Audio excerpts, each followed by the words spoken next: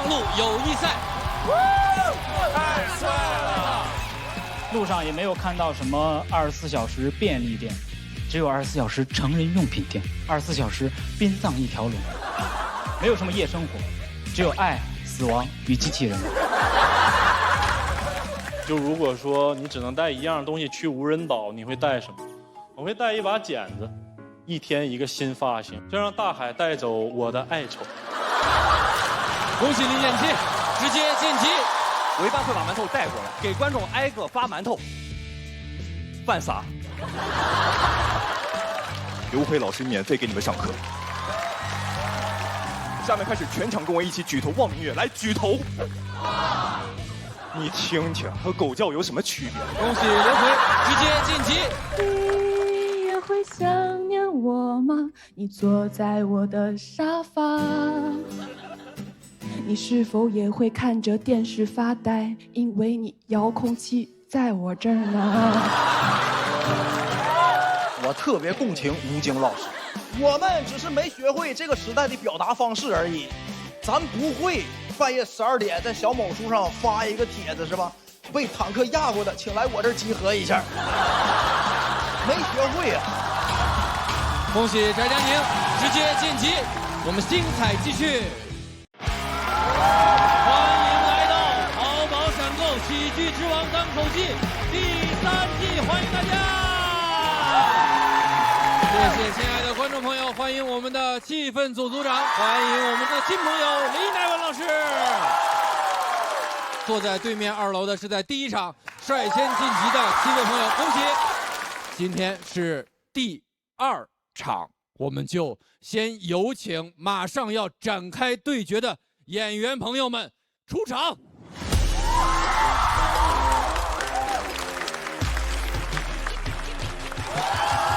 让我们欢迎黑灯普拉斯、小爽、戴维、王悦、海宇、李鹏、翻不翻、王主任、南瓜、黄义锦、刘大为，欢迎多多、咸鱼。各位朋友都加油，请前往备战区入座。虽然只有14个人，但集齐了老弱病残，真的。当然，节目肯定离不开更多的好朋友的支持，尤其我们的好朋友们，对不对？上淘宝闪购搜“夏日拼团”，点外卖拼团更优惠。本节目由淘宝闪购独家冠名播出。激烈的比赛马上就要开始，我们都知道。开场不容易，比赛更不容易。大家考虑到这些朋友，这个1对1很关键，所以我们仍然会有一位老朋友、好朋友给大家暖个场。他就是大家很熟悉的胖子门窗的代言人，我们欢迎刘仁成。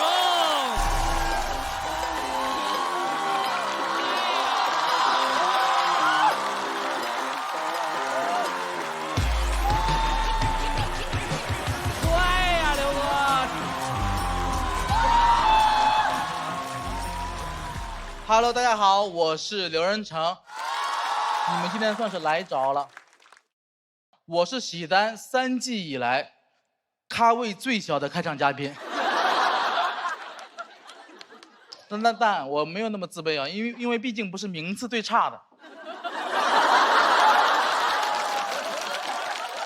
今年没有参赛，因为有很多其他的事要忙。前段时间我求婚了。不用开心的太早，没说结果呢。没有失败。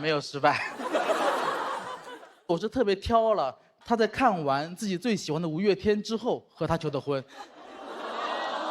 你们懂这个含金量吗？他看完了阿信，选择嫁给我。这不参赛还有一个原因，就今年确实在节目里面有别的身份，当官了，总编剧。手里也是有点小小的权利。现在给黑灯发微信，他得回收到。有段时间有点膨胀了，第一次在那会儿很膨胀，跟节目组说，这5个选手，我非常看好，你们给我关照一下。就这5个选手，现在已经淘汰3个了。你们可能不知道这是什么概念。我们节目第1赛段淘汰率只有20%，在我这60%，导致这些演员啊，就对我态度很复杂。一方面呢，想找我改稿；另一方面呢，怕被我看好。现在节目组已经禁止我看好任何选手了，说我动摇军心，说如果我实在憋不住的话，可以去把黑灯眼睛看好。去年比赛比得有点太焦虑了，所以我今年一开始就决定了今年不参赛。做完这个决定之后就更焦虑了。年初那段时间甚至想过要不要去算个命，但我身边这些脱口秀演员都太不靠谱了。我有个朋友特别喜欢给人算命，另外一个演员找他算今年的运势。你说一般人算命算运势，哪怕算的不好，最多也是什么诸事不顺，最严重也就血光之灾。他给人算的结果是，你今年必死，太夸张了。但大家不要替我那个演员朋友担心了，没事的，我们单口演员心态很好。他在知道自己必死之后，他还心态很好，还能问呢，那明年呢？太焦虑了，所以很开心能当总编剧，这个工作治愈了我。因为说实话，我从来没拥有过这么体面的称呼，总编剧。我小时候的外号是刘大头，长大后上了节目，大家喊我胖子门窗，从来没人喊过我什么总什么，从来没有，都没人喊过我刘总。我只听别人说过别总，别总发朋友圈。所以当总编剧很开心，因为当总编剧能被人感谢，我很喜欢被人感谢，我也很喜欢感谢别人。就像我也特别感谢咱们的总冠名淘宝闪购。淘宝闪购点外卖更优惠，我感谢；配送快，我感谢；品质高，我感谢。我对淘宝闪购态度就这样，永远只有感谢，除非你让我卸载，那我不感谢。大家可能不知道，我不是一般的总编剧，我是脱口秀节目历史上最喜欢提自己是总编剧的总编剧。其实就太焦虑了，我很害怕自己因为不上节目，大家就会觉得我这之前的表现都只是昙花一现。好像人一旦成功了一点点，就害怕自己是昙花一现，所以我去研究了一下昙花。昙花一般在6到10月开放，一般在夜间比较活跃。我不焦虑了，我确认了，我就是昙花一现。而且好像我们脱口秀演员真的很像昙花，你想想，我们努力准备1年，希望在夏天惊艳所有人，然后到了夏天，发现所有人都去看世界杯了。每天在想呢，谁会是今年最大的黑马呀？目前是佛的脚。身边所有人都被这种昙花一现的压力给包裹着，都有点病态了。就比如说我好朋友大宅，我觉得他就是那种病态的努力。去年夺完冠，今年还来参赛，而且你们可能不知道，他今年还想备赛喜人。我觉得他今年可能不是脱口秀第1人，但一定是脱口秀第1驴，真的。我就有点心疼他了，我就觉得我们俩各方面条件明明差不多。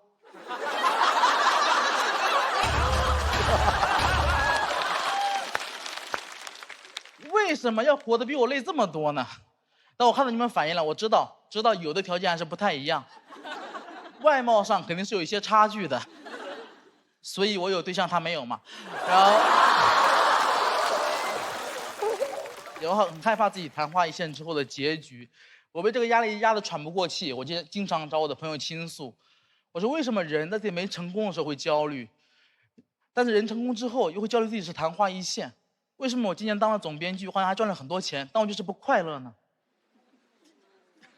我朋友说你今年必死，我说那明年呢？那我自己想想，好像昙花一现之后，它的后果就是必死。那结局呢？昙花一现，然后凋谢，然后落到泥土当中，然后慢慢的变成养分，然后去滋养新的昙花。去帮他们长出更多的梗。不焦虑了，昙花一现后，我还可以当总编剧。所以我很开心，今天节目组邀请我回来演这几分钟，当这几分钟的昙花。我给后面的选手打个样，我在这个舞台上短暂的绽放一下，希望大家在此刻可以尽情的欣赏我，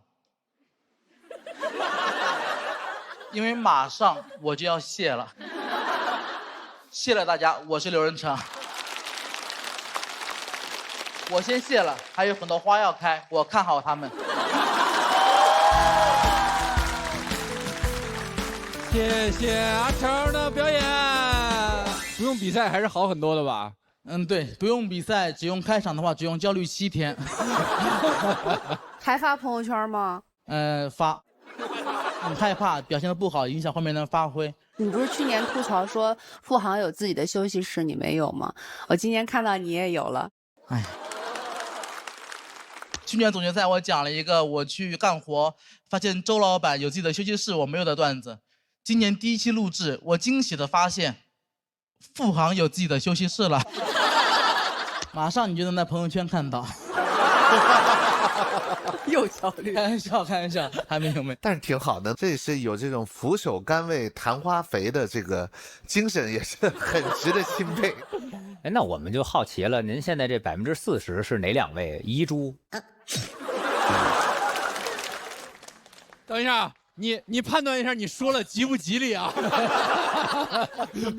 刚才就是其实肯定不只看到那几个人，当时是有什么呢？当时是一个饭局。就当时那5个新人，他们就是今年比赛都很紧张嘛，我们就一块吃饭。我说放心，你们5个人必进，没有一个需要焦虑的，必进。然后就淘汰3个嘛。现在唯一还存活的是多多跟七友。下一个就是，我不给你们压力啊，你们看着办吧。他只给诅咒的是不是？没事，阿成你就说今年世界杯是谁，是谁夺冠？你先告诉我你讨厌谁。我怎么感觉得问他压了谁？佛得角。阿成自己的专场也在巡演，对不对？如果卖不动的话，就回来比赛。我有一个究极营销策略一直没使出来，就如果卖的太差，以后就不出海报了。我就让你们以为是刘洋的奇妙冒险。如果再差，我就只留那个照片，因为那个照片呐，特别像王悦。横竖我都有办法，反正就是，你就直接把你的专场改名叫周杰伦演唱会嘛，直接。最后我们祝阿成和未婚妻了生活幸福，谢谢大家。虽然看的是5月天的演唱会，但你们肯定是真正的快乐。谢谢阿成。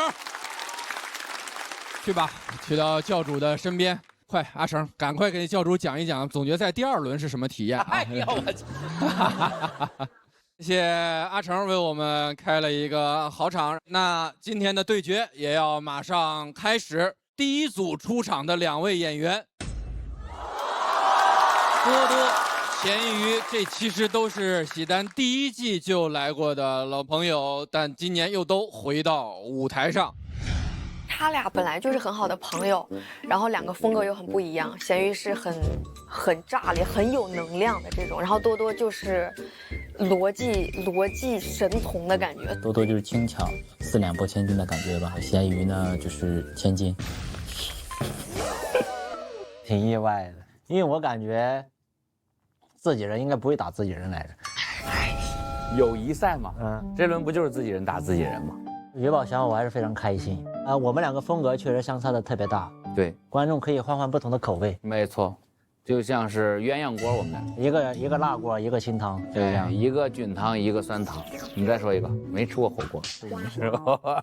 我觉得他不灌汤包，灌汤包就是看着白白净净的，你咬一口下去炸你一下，就那种感觉，哦，就一个汁烫你啊，你就叫，哎呦，多多这形容太好，让你尖叫。尽量不用金牌，大不了从头再来。第1位演员是一位在读的研究生，第1轮的时候跟我们讲了很普通的一件事，就是玩手机，但是讲出了很多人的心声。掌声有请多多。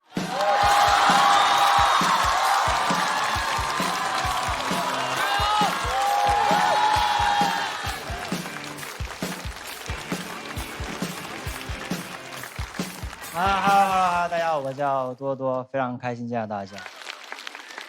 我现在是在上海读研究生3年级，我跟阿成是在喜单一认识的，他当时是总决赛第4名，我第2轮就给淘汰了。但他火了之后对我特别好，这2年一直邀我出去写稿，请我吃饭，包括前段时间还让我去给他的专场开场。可以说这2年要是没有阿成的帮助，我早毕业了。本来6月份我就要毕业的，25年6月，我已经延毕1年了。我不是一个读研的材料，我专业是电气工程，我读研3年换了3个研究课题，就因为做得慢，都被别人攻克了。我导师看完我的论文之后，他没说好，他也没说不好，他跟我说研究生最多可以读6年。我自己是不想考研的，是我爸当时跟我说，只要我考上研究生，就给我钱去全国旅游。结果考上之后又跟我说，那些话只是为了激励我，所以就给了我500。我说你不如直接击毙我。500我能干嘛？别人800，那个标兵才能奔北坡。我拿着500去全国走一圈，我22岁出去，我都不知道什么时候能回来。我都不知道能不能安全的回来，出走半生，归来只剩半生。500块钱真的没地方去，我当时在网上搜了，预算500，小众穷游景点推荐，他给我推荐了泸州。泸州是个什么地方呢？泸州是我家。我真的很讨厌我爸这种教育方式，总是拿钱诱惑我，我又总是得不到。小时候跟我说你只要考100分，我给你100块钱。我说考5分能不能给5块？我可以考20次。考不上又要说我，他说哎呦，你看看别人家的孩子啊，怎么别人能考100你不可以？我每次听到我都特别委屈，因为别人家的孩子我看了，没看到，他考试都把试卷挡起来了。我从来没考过100，我最好一次考了98，但不是你一考98他就给你98，他就说儿啊，你再努力一下。你再多对的选择题就有100。我为了零花钱，我晚上就得花时间查漏补缺，一边写作业一边等着我爸去洗澡，去他的房间找他的钱包。偷还是不偷呢？这是一道选择题，怎么做才能有100呢？因为我感觉我爸这个人真的对我管得非常严格。我读研的时候，他会每天给我打好几个电话，问我在干嘛。我说我在玩，他就会批评我；我说我在学习，他就会表扬我。但其实我在玩。我不想被批评，我就每次都跟他说我在学习，这就导致我当时延毕的时候特别尴尬。我爸非常绝望地问我，他说：“你不是跟我说你天天在学习吗？啊，怎么还毕不了业？”我说这说出来你可能不相信啊，我喜欢学习，我还想再学一会儿。来，我今年都26岁了，我过年回家，我爸还是会每天早上6点钟起床叫我学英语，他怕我睡回笼觉，他就在我的床上睡回笼觉，哎，我就去他的床上睡回笼觉，我真是学不动了。我还记得我小时候，我爸会跟我讲什么头悬梁锥刺股，说这2个人为了考一个好成绩，晚上不睡觉，困了就把自己的头发挂在天花板上，拿针扎自己的大腿。我以前觉得好励志，我现在怀疑他们有表演性人格。我真是接受不了，我要是困了，我肯定不能扎我自己，最多扎我爸，让他回自己床上睡。我有时候都在想一个问题，我说悬梁刺股这2个人每天晚上这么辛苦，这么努力，他们要是知道别人家的孩子有一个叫牛顿的，被苹果砸了一下就发现万有引力，他们会被崩溃呀！啊，是我道具用的不对吗？啊，我就发现我从小接受的这些教育都在讲，感觉你要学习好，你就得先学会吃苦。还有一个凿壁偷光的匡衡，这个人绝了。他晚上为了学习，把隔壁邻居家的墙壁凿了个洞，用邻居家的光来学习。这个故事从古至今2000多年了，没有一个人在乎他邻居的感受。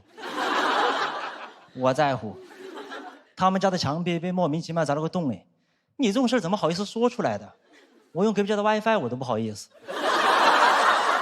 我都怀疑匡衡最开始不想凿洞的，就是他爸。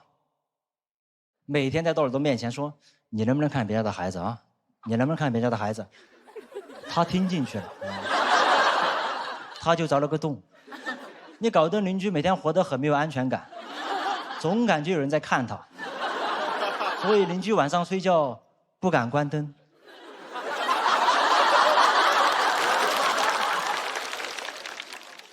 我觉得努力学习没有错啊，但该休息就是得休息。我现在就有一种休息焦虑。我有的时候晚上吃个饭8点钟就困了想睡觉，但是你8点钟就睡觉，真的会忍不住骂自己是个废物，会焦虑，心里面觉得还是得看会儿书，又不能看，看了肯定睡着了。没办法，只能玩手机。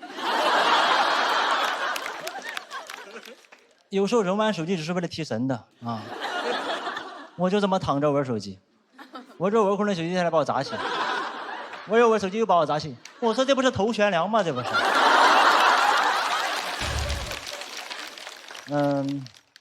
昨天晚上10点钟的时候，我爸又给我打电话，问我在干嘛。我说我在躺着。他说你这么早就休息，你不学会儿习吗？我说学啊，马上就学，已经有灵感了。我刚才已经被苹果砸了一下脑袋。感谢大家。谢谢多多的表演，喜欢多多这段表演的朋友，千万不要忘记为他投票。3、2、1，请锁票。谢谢多多。紧张吗？紧张，而且有点吞字儿，主要是因为我平常在线下。吞字儿会不会是阿成传染的？我感觉是。多多，你是开场紧张还是跟咸鱼对打比较紧张？其实都有，就是我希望我能电他一下，就是我把场子开热一点，他直接就炸起来。我就希望他能好好演一场。哇，因为我跟他是非常好的朋友啊，我是非常好的朋友。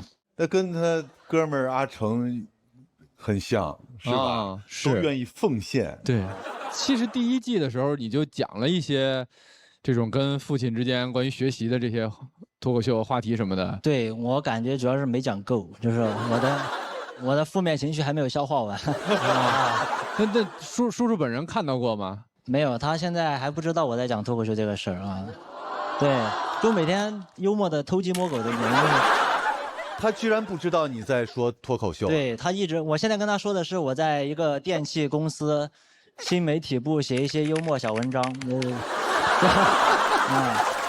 这真不容易。要不我给他充一个爱奇艺会员吧。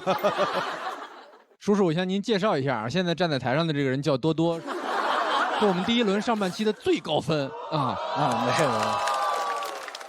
都是他想的那个点都还蛮奇怪的，就是凿墙这个偷光这个，说真的，我从来没从这个角度考虑过啊，原来这是一个偷窥的故事，我没这个意思啊，包括最后的苹果。他都一语双关哈，因为上一赛段他的成绩特别好，然后全场共鸣得210多票，好像是吧？216好像是。哦，你看总共才220票，我当时就想，我说那为什么这么厉害？第1季对他一点印象都没有呢？第1季主要是还想着学习啊，后来2年就彻底不想了。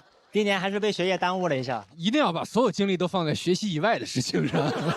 虽然他讲的好像不太符合一些个积极向上的价值观，但却往我们心缝里说。啊，有时候就是觉得好像这会儿你要不干点什么是浪费了，但其实你也干不出什么来，你肯定是要浪费这个时间。对啊，就玩吧，反正大家都一起玩。我觉得他很聪明，同时他太功利，这就是学生的好处。我是爱学习，不是，他都延毕了，他还爱学习，谁爱学习会延毕啊？没怎么见他为学习发过愁。他说这话谁信呢？他说他上网我都信，学习，我都比他爱学习。多多看起来就垂头丧气的，然后每天整一些不着边际的话，然后感觉每天没正事儿没正形，研究生也不好好上，他真的好像阿衰。就是你们对我的误解。我不喜欢被逼着学习，我想学我想学的，我有自己的这个学习方法。基本上市面上的脱口秀教材我都看过，都研究过。无论我是去演出啊，去给人开场练心态，还是说去跟同行改稿，虽然对这个在校成绩没有任何帮助，但是他在我的生活中，他也是学习到一些跟人打交道啊，或者练心态的一些东西吧。所有人都知道接下来要上场的是谁了。上一场打得也挺不错，咸鱼翻身了。我们掌声有请咸鱼。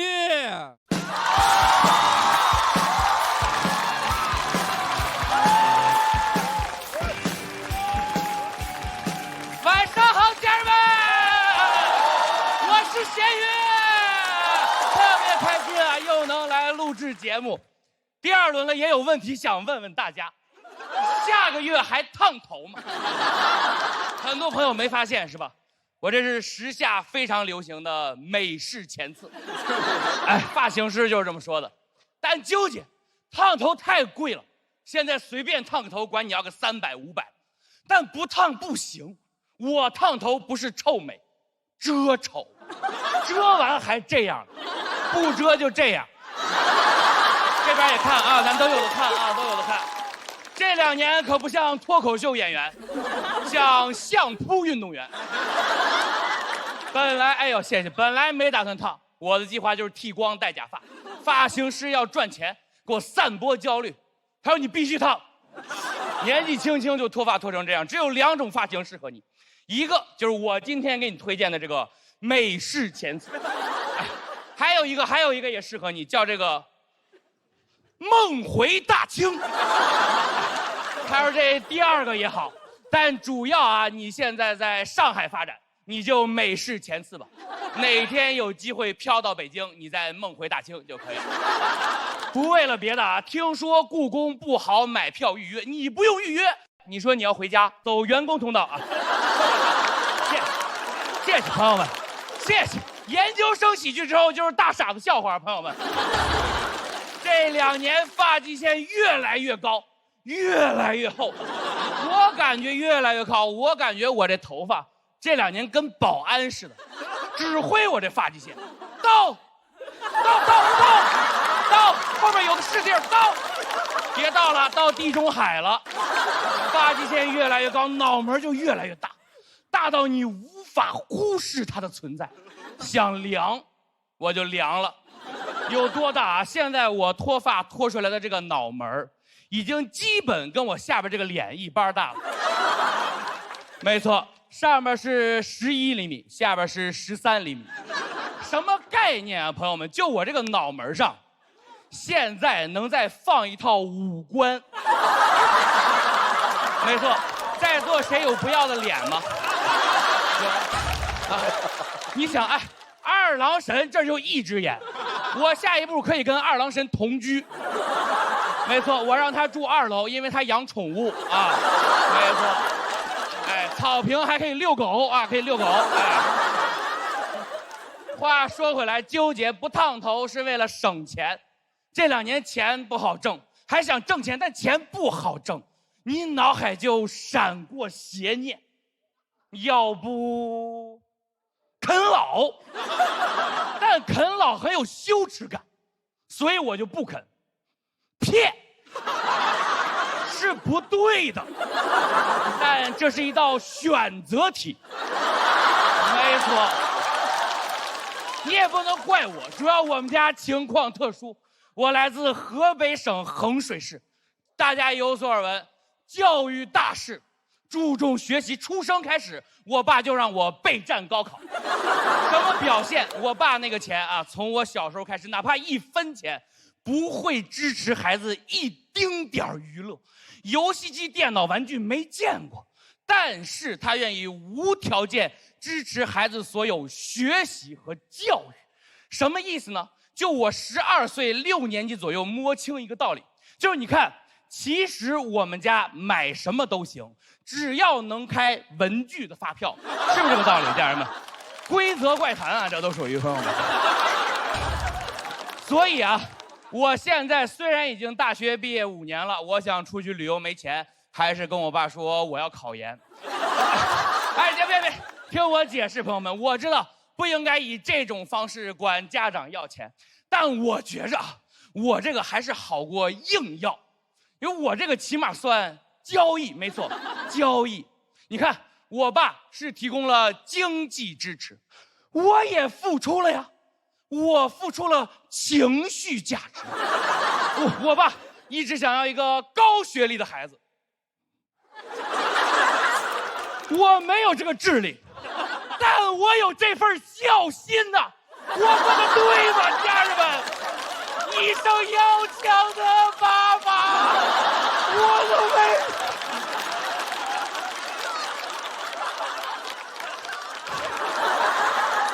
太感人了，哇，太感人！二郎神听完流下了3行眼泪。不瞒大家说啊，节目上线之前，我爸应该一直认为我的学历是博士后。我爸也不认为我是 Joker， 他觉得我的作品都刊登在 Nature。我觉得这样挺好的，他给我钱让我读万卷书，我拿钱去行万里路，一份钱家里2个人高兴，对不对？我也是，我跟大家很多朋友一样，跟妈妈亲，但这2年我跟我爸越来越亲，我们俩现在亲如父子。我说实话，朋友们，哪怕你听到这儿啊，你还是属于哎呀坏。听我解释，朋友们。这也不是我研究的，我呀跟电视上学的。小时候电视上有个广告真坏，专门教小孩怎么啃老。哎，我就啃个爸爸妈妈，他直接啃爷爷奶奶呀。那广告怎么演的？我说我长大了想当太空人，爷爷奶奶可高兴了。给我买我爱吃的喜什么郎果冻，他想当太空人吗？他们就想吃果冻，我听懂长什么吧。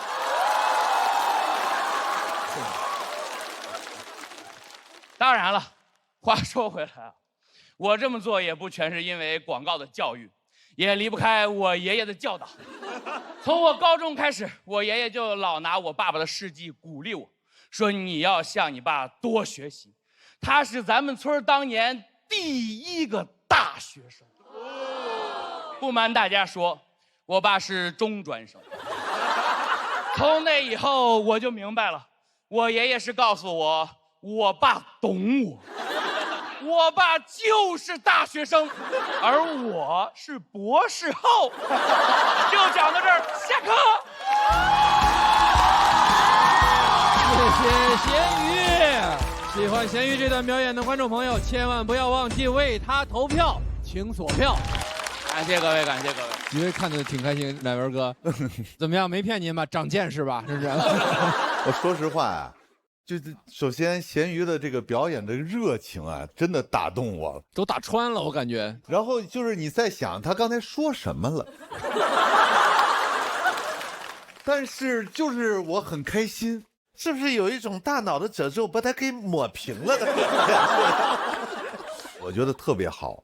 所以说，如果你赢了他，首先你的热情是第一位，第二你得感谢他，因为他看好多多，你知道吗？哎呀，谢谢。他一上来有一种蛊惑力。啊，就上来以后，管你3021，管你喜不喜欢，管你笑不笑，我先热起来。就是这种表演，就最近只在直播带货上能看到。朋友们、家人们啊，咔就起来了，那个劲儿哈，贼足。因为我们有一个那个里院喜剧节，就特希望你在街口上站着，你知道吗？这谢谢您了，老师。整个一条街的气氛就起来了。太感谢！哎呦，都是向你索取去。就是你本身在演出完了之后，你就好像变得特别谦逊，然后乖乖巧巧的。他一演出的时候就是巨炸的一个状态。晚上好，家人们。您好，老师。我其实不太能记得你说什么。谢谢您。那我下一轮还讲这个。哎，他讲的就是第1轮的段子，你没听出来啊？你上台的时候，你就满脑袋那个咚咚咚，我就扑面而来，我就开始笑，就已经被你的那个感染力给征服了。我觉得你下次可以尝试，就是不说中国话的笑话都可以，因为大伙好像不用在乎你说什么，反正就是纯粹的快乐，看你就高兴。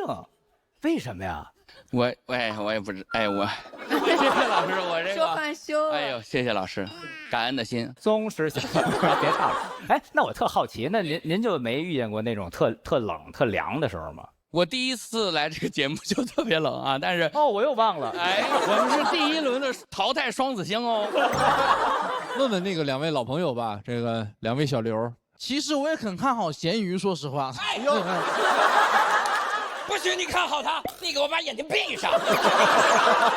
乃文老师，我跟您一个感觉，咸鱼他的表演风格是这样的，因为他所有的包袱落在他的节奏和他的状态上，他不是落在那个预期违背上，所以他特别不害怕大家重复听。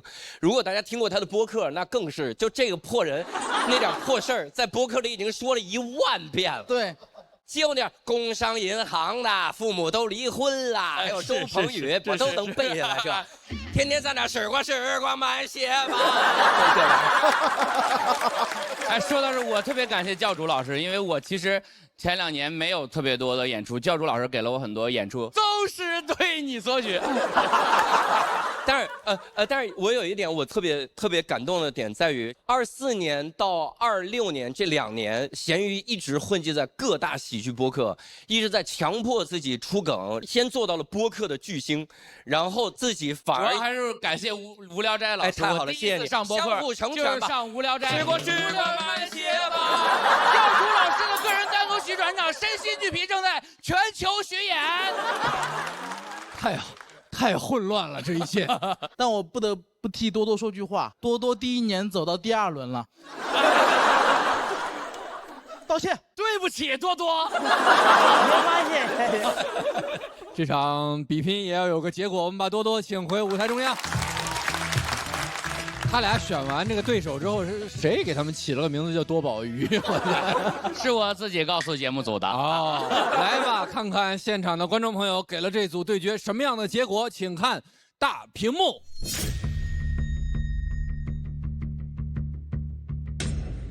强对话了。按照规则，我不得不遗憾的让188票高分的多多暂时前往待定区。同时，恭喜咸鱼198票直接晋级。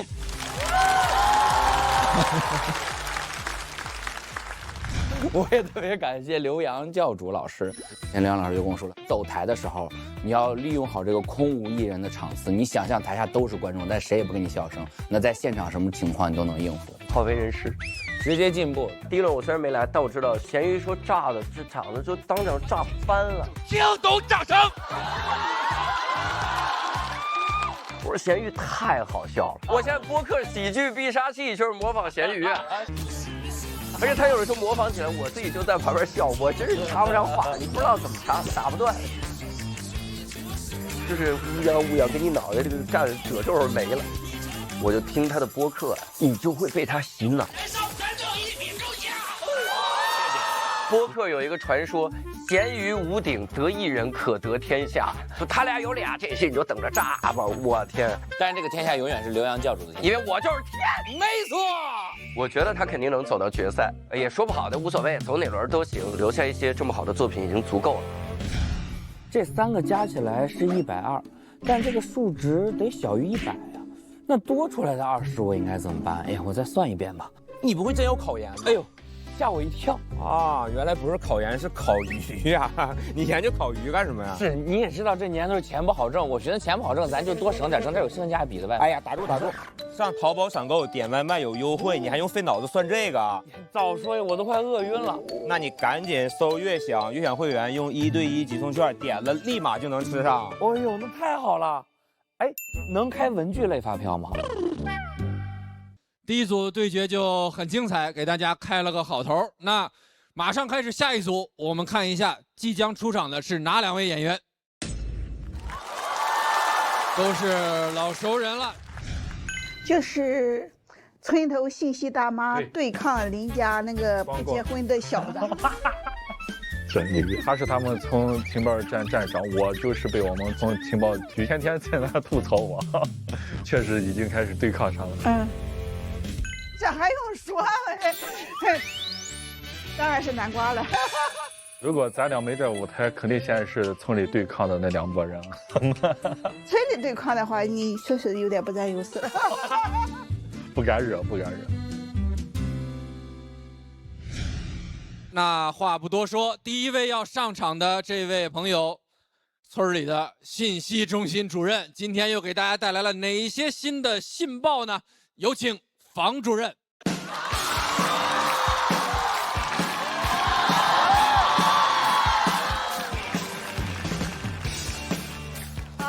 大家好，我是房主任。大家也听完研究生单口了，也听完大傻的单口。我给你们讲一点你们没听过的，给你们讲一讲我们村里最大规模的活动——葬礼。我们村的文化就6个字：死了得有动静。就是葬礼办得越大越好嘛，尤其是那种顶级规格的葬礼，它还有着门槛的。条件老高了，第1条得长寿，如果能活到100，那是喜丧。董同宇给我们全村人开了个嘉年华，那是唯一能把年轻人从线上拉到线下的活动，请假都得来到现场，跟喜蛋一样。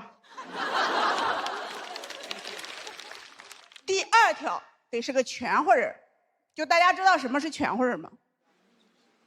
有一次有个观众说父母双全，我说哥们儿，他都100了，是儿女双全，最好还得是有编的。俺们全村可都是山东人啊。岁数加上子女的数量等同于酒席上菜的数量。80岁18道菜，100岁满汉全席。我有个邻居今年100了，5个孩子全有编。现在我们全村人都在盼着他死了。哎呦我的妈呀！你们乐成这样，你们道德沦丧的也不少啊！我真参加过一次那种顶级规格的葬礼，那现场人山人海。普通葬礼的花圈它是个位数。那天的葬礼花圈它是3位数，早晨300块钱一个买来，晚上回收5块。如果下一个葬礼离得近你都能看到花圈走穴。你们谁见过葬礼上送 LED 大拱门的吗？上面是鬼弄的字幕，两边柱子上摆着鲜花，在马路上一字排开。俺们在底下走，哎呀妈呀，老漂亮了啊！我火了以后，有的观众说：“姐姐要走花路啊。”我说走过。普通葬礼的唢呐队就一伙，就南瓜他爸吹的那种啊。那天葬礼是5伙，还在村里搭上5个大鼓舞台，供唢呐队在上面唱歌跳舞的表演，再加上现场的鲜花、花圈、LED 大拱门，嚯，天堂音乐节。死亡摇滚，你想想也对，你看花圈上它有2手玫瑰，唢呐队还较上劲儿了，打开 PK 了，就是他们跟我们说脱口秀一样，最怕眼凉了。为了展示孝心，他们还请气氛组，就是花钱请人替哭。就是价格吧，也跟我没火之前一样，10分钟200，但他比我挣得多他一晚能演几10场，真是哭挣钱啊。那评片的标准由谁来定呢？他是由我们村操持白事的大总管，由他根据这家人在葬礼上花钱多少，来评定这家人的孝顺等级。我们叫做大总点评，就是花钱越多，好评越多。你说你要那么多好评有什么用？自己又看不到蕊泡，就是活人演戏给活人看嘛。主角不应该是躺着的那个吗？谁家主角的杀青才开机的？我觉得我们村的里的人都是潮吧。就是250。啊，你说一辈子了，考研、考编、生儿育女，就为了最后燃一把，风光大葬，真正的向死而生。对于这种陋习啊，说实话，我挺渴望的。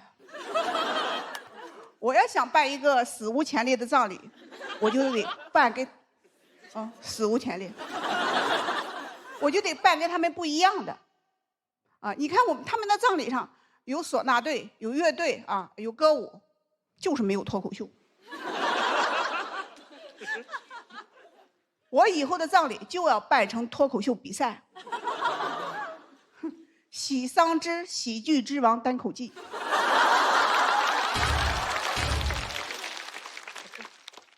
大总管咱就请庞博，能不能接到冠名，就靠你们各位了啊！就靠你们的关注和点赞了啊！其实我最期待的环节是复活赛，我给他们来个诈尸返场，谁淘汰我，我就带走谁。我让你打老人。我接下来的目标就是好好的保养身体，活到100岁。你们也要好好的，到时候都来啊！放心，不让你们随礼啊！你说赞助的钱我又带不走1分，我到时候都给你们分了。你们回去就给我写水泡，这个葬礼我给他薅。我要想做到山东最夯的坟头，我的墓碑上还缺5个大字：喜单3冠军。谢谢大家，我是房主任。谢谢房主任。喜欢房主任这段表演的朋友，千万不要忘记为他投票，请锁票。这个题材观众都知道，这不好讲。这为什么选了这个题材啊？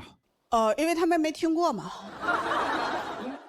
讲一点村里的事儿。我是2重担心，就是担心处理不好这个题材，以及这个今天的表演状态。我不知道几位听下来，首先这题材确实难，因为这老百姓对于这个生老病死的这个概念和外国人不太一样，中国人可能还是有那种伤心的这种底色在，所以这个题材难。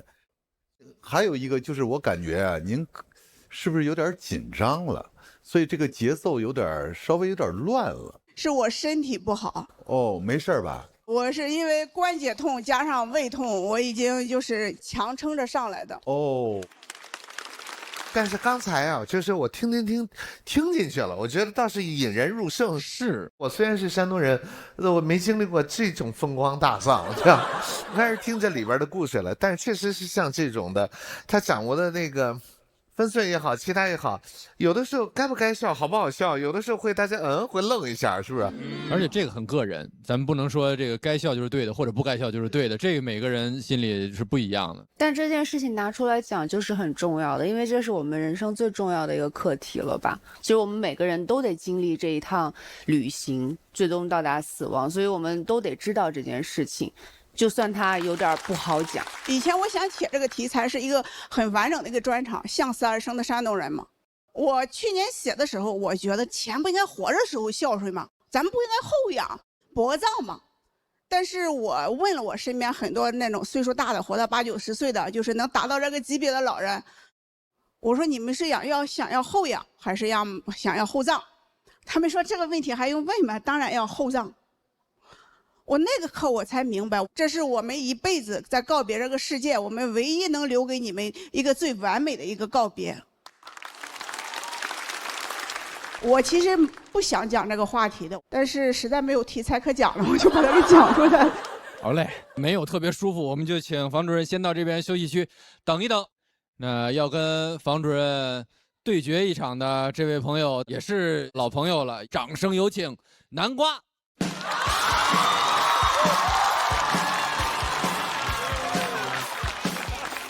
Hello， 大家好，我是南瓜。那个减肥确实容易反弹啊。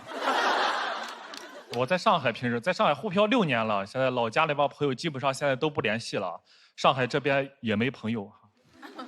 之前跟那个黑灯关系特别好，这自从上完节目之后，慢慢的就疏远了。前2天还一起喝咖啡呢，这明明都熟悉的咖啡厅，熟悉的人，这怎么喝着喝着咖啡的味道都变了？是咖位不一样了。在上海确实也找不到对象，找对象很难啊。之前有朋友给我推荐什么社交软件，叫什么听疼什么恋啊。哎，我听这名字不错，下载填什么个人信息、个性签名、个人资料 ，MBT 填了半个小时，最后一步中专学历不让注册。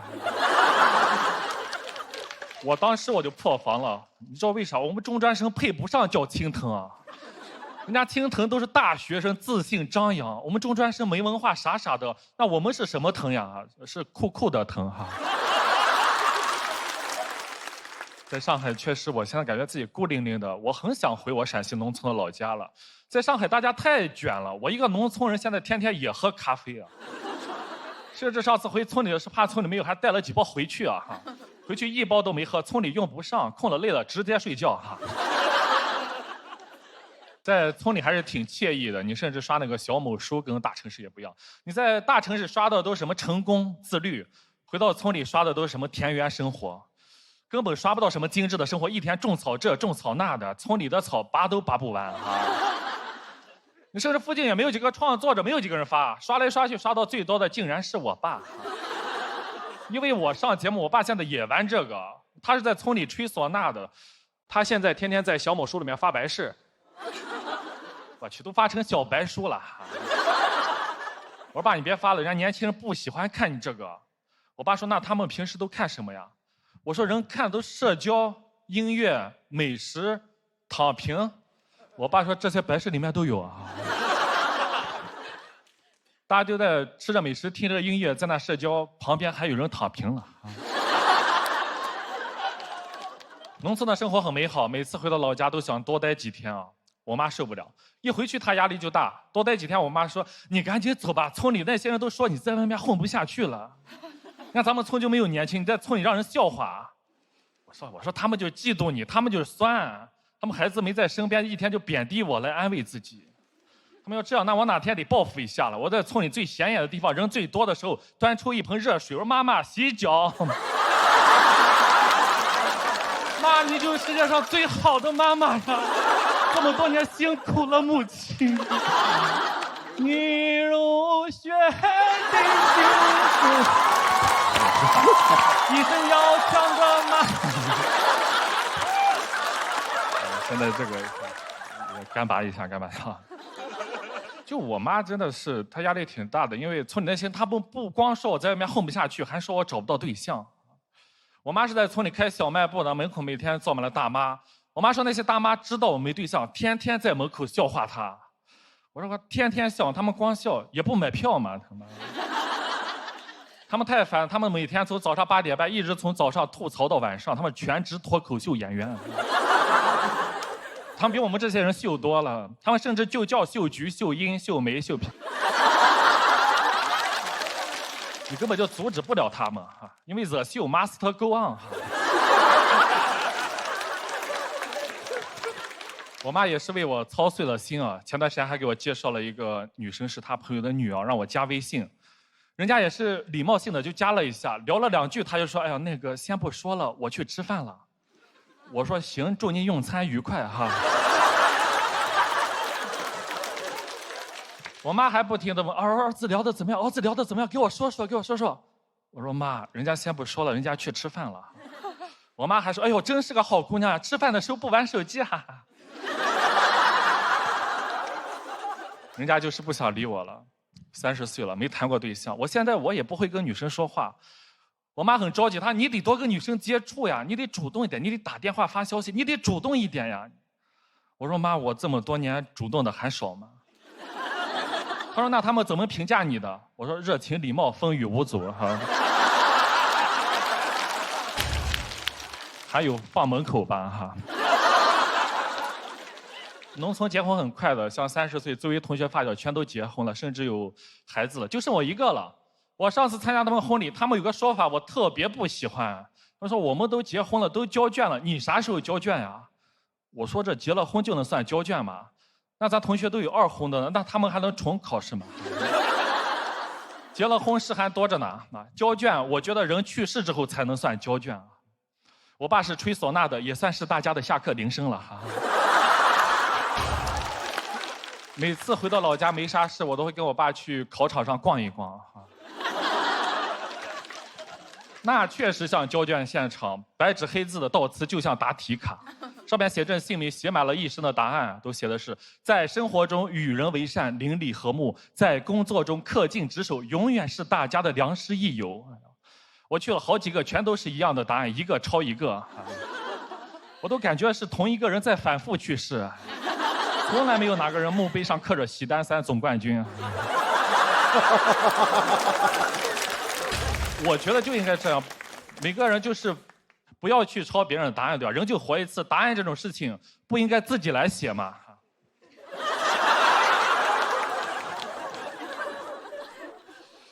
南瓜，赵老先生，他这一生热情礼貌，风雨无阻，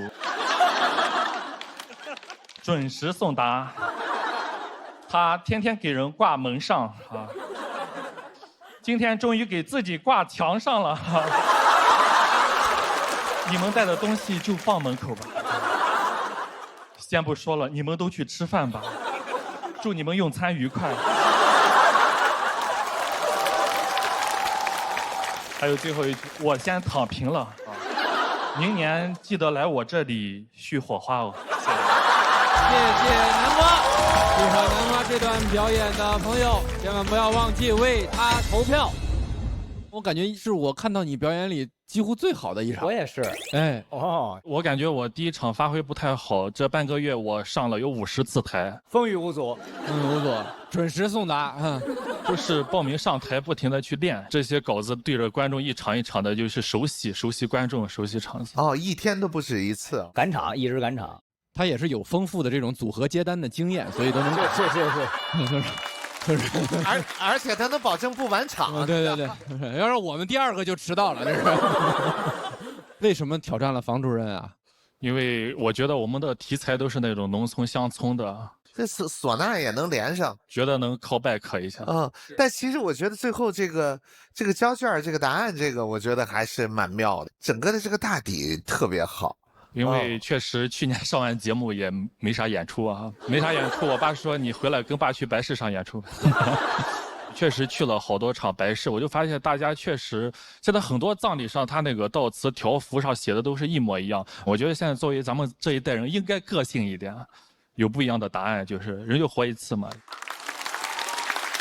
我前段时间去了一趟云南的微山，然后那个地方就是他们家家户户都会写挽联、写讣告，然后当时他们有一个讣告工作坊，然后我在里面也给自己写了一个，他可以跟任何人写，你可以给自己的乳牙写，你可以给去世的猫猫狗狗写，我给曾经的自己写了一个讣告，就是我觉得自己好像这几年也有一些变化吧。其实你刚才说到那个交答卷的时候，我就觉得其实我们时时刻刻也都可以交答卷，然后我们也可以把最后中的那个答案留到我们离开这个人世间的最后一刻。我觉得是我看你线上节目以来演的最棒的一次，最从容的一次，然后所有的表达都让我觉得好像你指引着我，也让我自己去到了一个方向，去思考一些什么东西。谢谢。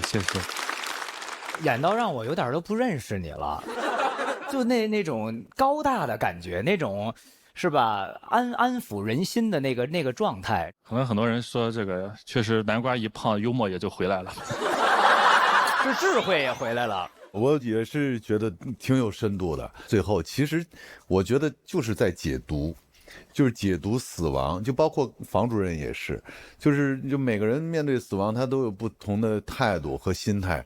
我觉得像你们这种心态就特别棒。对，就是像房主任刚才说的，向死而生嘛。对，他还是好好认认真真的、快快乐乐的做题，别急着交卷，你知道吗？对。那我们现在得看看你的成绩了。哎，确实，那我们把房主任也请回舞台中央。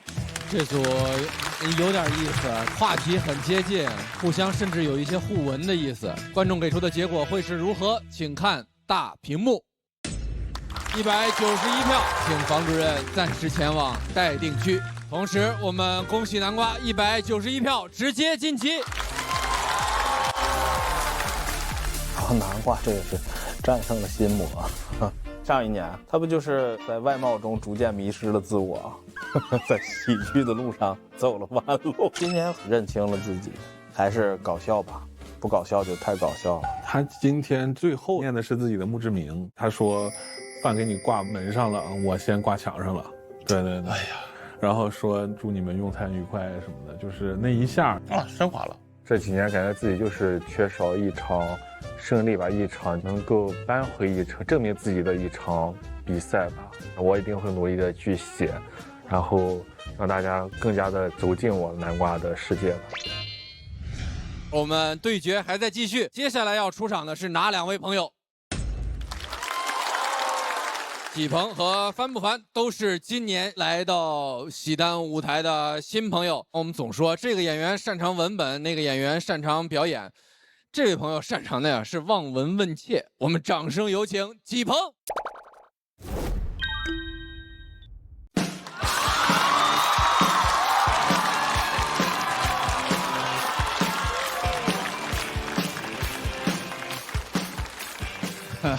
大家好，我是纪鹏啊。这个美式前刺已经整不了了啊，早就梦回大清了啊。哎呀，还有进一步梦回大明的趋势啊。但是没有关系啊，没有关系。我跟这帮脱口秀演员不一样啊，我有正经工作。我是一个3甲中医院的中医。很少见，很少见哈，就是你平时见我还得花20块钱呢，我今天还得逗你乐。你见过大夫逗你乐吗？大夫逗你乐，你敢乐吗？我更不敢逗你，对不对？我拿过你检查结果，哎我去，啥事儿没有。这都容易让打成病人啊。中医特别好。我认为啊，中医在整个医疗系统里头，那是最好的岗位，最起码中医安全。我们科没有医闹，你啥时候见我们科来个患者一脚踹开门，那大夫出来，这吃了7副药了，这一点也不见好，这怎么回事啊？我一句话就解决了，你是不是生气了？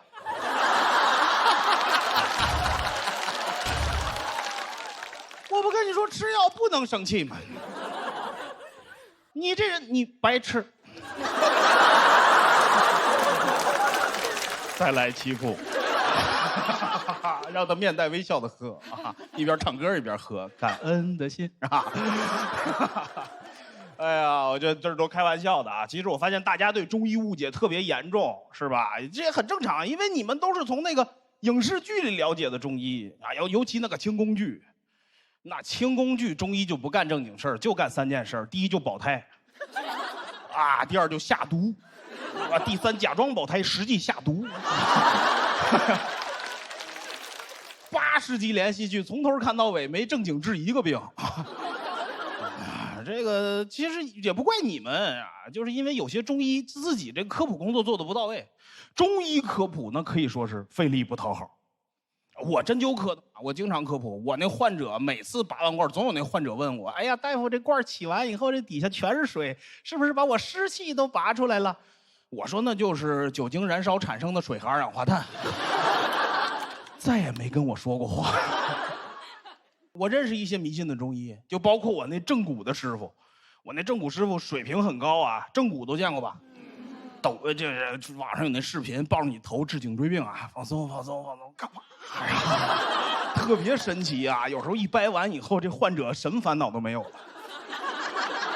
不，活着呢，活着呢，就是他一下就好啊，就没有烦恼。哎，我那师傅水平很高，就是这个迷信。哎呀，他那小诊室里头那神像都摆满了，这是扁鹊，这是华佗，这是孙思邈，财神。对，再来7副也是钱啊，能摆的地方都摆上，电脑屏幕专门调一个那个史蒂夫·乔布斯的黑白照片，他没事也拜。我说中医拜乔布斯，病人来了瞧不好也瞧不死，是吧？你很费解呀。我问过，我说师傅，咱拜乔布斯干什么呀？他说你想啊，咱是治颈椎病的，没人乔布斯发明这个智能手机，能有这么多患者吗？是吧？我说也有道理，我跟着也拜。我说 AR 眼镜赶紧停产吧，扎克伯格非死不可，是吧？美好的愿景，是吧？就是所以说，大家对中医其实误解很严重啊，总是在神化这个中医，是吧？搞得很神秘。我经常碰这种情况，只要我跟人一介绍我是中医，这位动作特别统一，一捋袖子，会号脉吗？我说我针灸科会放血，哈，那就算了。为什么一说中医就想起号脉呀？那为什么望闻问切最后一步才是号脉呀？号脉没有你们想象那么神奇，它就是寒热虚实确定一个大方向，它不是你们想象中的仨指头往这儿一放，全身 CT 没有。我经常在网上看有人神话这个号脉，我看我都有点尴尬。就有小某书上有那种帖子说特悬，说他那中医有多么准，一给他号脉他就没有隐私了，看过吧？说他那中医号脉就问他，你是不是爱熬夜？是不是爱生气？是不是爱喝凉的东西？哎呀，大夫你怎么都知道？你干脆问他是不是在上海上班不得了吗？上海上班能不熬夜？熬了夜能不生气？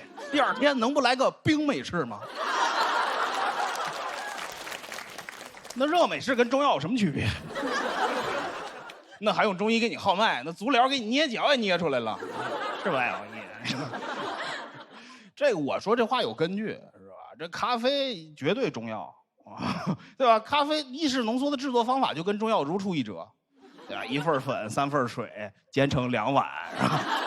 咖啡也就进入中国晚，早400年都得写《本草纲目》上去，多合适啊！咖啡果提神醒脑、利尿通便、人畜两用，对吧？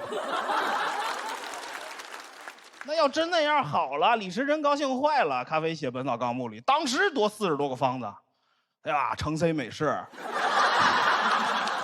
生椰拿铁，哎，所以大家一定要理性看待中医啊，尽量去3甲中医院看中医。哎，瞧好不一定，肯定瞧不死啊！谢谢大家，我是季鹏。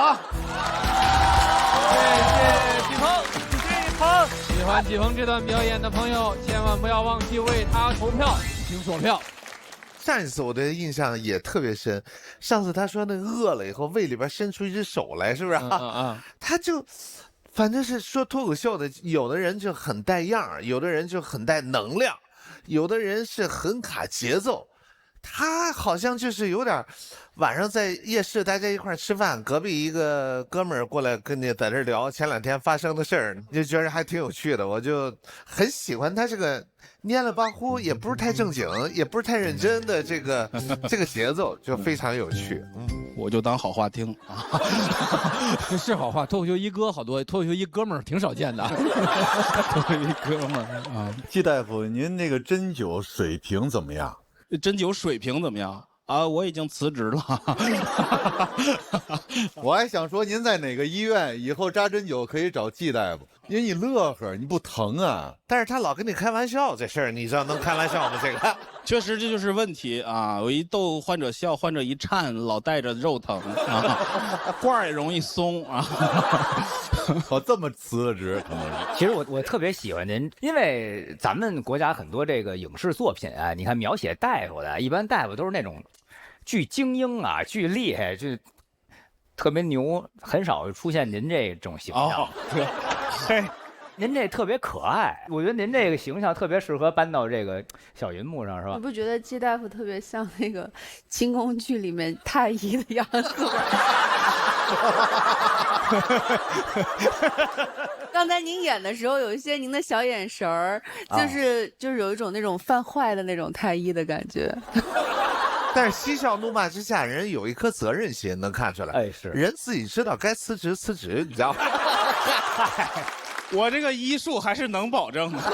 他这表演的时候，因为有的时候演员自己，比如在台上讲完一个包袱跟着乐，其实有时候不是特别好的习惯，但是他用的特别好，就一下把那个紧张感跟那个大家可能悬着点的东西就给你放下去了，说没事这能乐，这个我是正经大夫啊，就感觉每一针都扎在痒痒肉上了，你知道吗？就这种感觉。我知道给你们都扎上，不投票不拿走。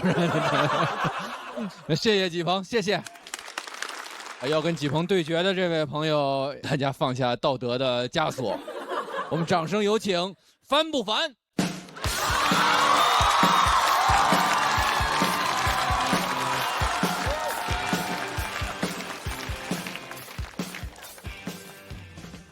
？Hello， 大家好，我叫帆不凡，鼓掌吧，嘿嘿嘿。对，是个残疾人啊，大家也不用紧张，反正上一轮手也这样啊。对，上一轮半夜挑战黑灯，挑灯夜战。我这个手是先天的畸形啊，然后右手只有3根手指头能用啊。现在讲脱口秀压力太大了，因为残疾人这个赛道有点太拥挤了。黑灯，小佳。我还有，我一个手都数不过来了。千军万马过无障碍通道。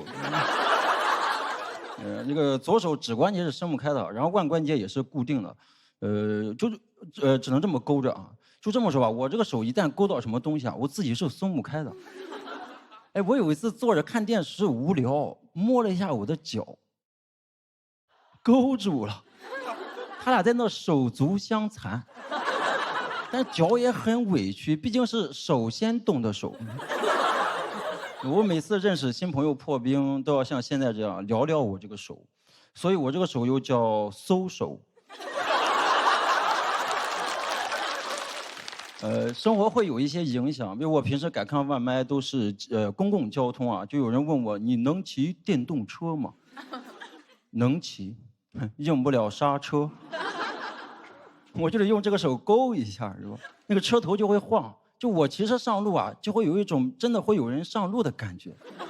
咱也不知道会是谁，但是陈奕迅说过，成千上万个路口，他总有一个人要先走啊。打车很怕打到那种隐藏式门把手，打不开。有一次在那按了得有半分钟，按着按着，司机突然说：“你玩够了没有？”他下车看着我这个手这样，他也不知道说啥了，他一直盯着我的手看。我说：“你看够了没有？”现在打车都要先引起司机的注意，跑到主驾驶，让他看到我的手。他摇下窗户说：“不是我压的啊。”当然一般都会下车给我开门，而且我能感受到他们的善意，因为他有的时候甚至想给我抱上车，给我吃的。给我喝的，我感觉他不是车主，是失主。给我瓶水，打不开。当然了，我这个手也有好处啊，我就不用怕那种乞讨的。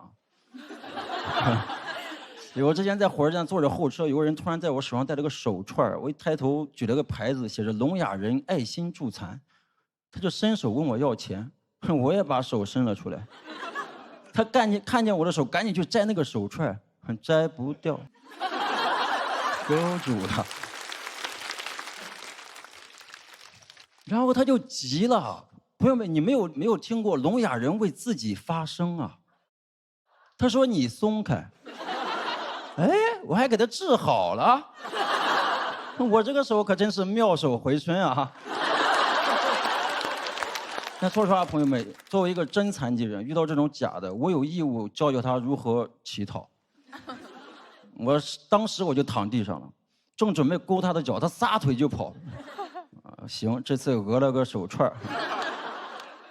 但是我也不是专业干这个的啊，我的专业是计算机啊，对，我是学计算机的啊，对，我打字很快，我是这么打字这样。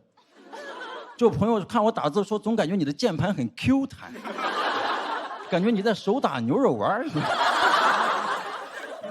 但刚上大学的时候打字很慢，而且学的也不快。还好我室友人都很好，他们为了让我多练习啊，总把他们的作业让给我写，跟我说你手不方便，打游戏就不带你了。有时候也带我玩啊，但是那个电脑游戏的 WASD 啊，我只能按那个 W， 一直往前，送死，就复活就冲锋，冲锋就送死。我室友就生气，他说你不要老按一个键呀。我说那咋了 ？W 就是个死啊。毕业之后做了几年程序员就辞职了，因为我觉得上班没意思。你们觉得上班有意思吗？没有哈，今晚听完咱就辞职啊。上班没意思就辞职，折腾了1年多，然后我朋友就跟我说：“你瞎折腾啥？你一个残疾人不安稳点？”我说：“那咋了？大不了我就去乞讨。”反正我有经验。确实折腾1年多，啥也没干成，就来讲脱口秀啊。我发现脱口秀比程序员简单啊。哦，原来残疾人最终的归宿还得是以卖艺为生啊。现在讲脱口秀1年多啊，认识了一些演员朋友。就脱口秀演员是什么货色，大家应该知道啊。围观我打字，让我给他点烟，带我去看恐怖片，想看老子怎么捂眼睛。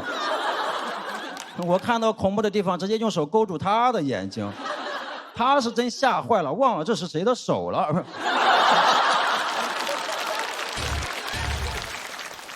听说我身份证之前没录指纹，跟我说帆哥你适合去犯罪。我犯什么罪？我刀都提不起来。他说指纹很重要，可以通过指纹锁定你这个人。我说你不通过指纹也能锁定我这个人。我到时候查的不是指纹，是爪纹。案发现场发现霸王龙来过。现在讲脱口秀，也有人跟我说，你一个残疾人，你得安稳安稳。我说，反正生活只让我按一个键，那我就一直往前，对吧？反正成千上万个路口 ，W 就是我先走。讲到这里，谢谢大家。喜欢帆不凡这段表演的朋友，千万不要忘记为他投票，请左票。他们2个 PK 选人的时候，我问纪鹏你为什么选帆不凡啊？他说要不让他考虑中医试试呢。我这就得给我治成这个样子了。但我感觉处理的还是挺轻巧的，一直轻巧。我觉得上一次的时候也是给我的那个冲击还是蛮大的。这上次我这是给我乐的，但是接在黑灯后边，我觉得那压力很大啊！而且上次他们3个，我记得。我天哪，就是每一次都觉得这是前面那个坎儿是不好迈的，就是又上一个，又上一个，又上一个，这非常有趣。但这次我觉得，可能是我抱的期望太高了，我就一直在这盯着。我觉得像有些东西可以再切一点，都是碰到了一点就走了，碰到了一点就走。对对，因为这个确实可能段子稍微有点散，其实上次也有点散，只是后面那个手机支架那个神来之笔有点就这次也在思考，因为我后来想那个 W 了，实际我这个手有点像 W。对，其实那个 W 向死而生，然后勇往直前的那个挺好的。谢谢。其实我觉得您有点留手了，确实留了2根啊，留了2根没拿出来。您有点温柔了，我那意思，因为什么呀？黑灯啊，包括小佳呀，你们好多这种地狱笑话其实是特别吸引人的。我特别喜欢看您使点小坏，因为您使小坏是被所有人原谅的。我喜欢听这种丧失所有功德的这个，就您一说，哎，我们这些对我们就没有道德感了，我们就特别高兴的，就是那喝彩。行，下回把这些东西全放前面。我同意这个刚才大林子说的，就真的犯坏特别好，就是让我们有一种幸灾乐祸的感觉，就那种感觉一定要用上。行，下次一定要用上。行。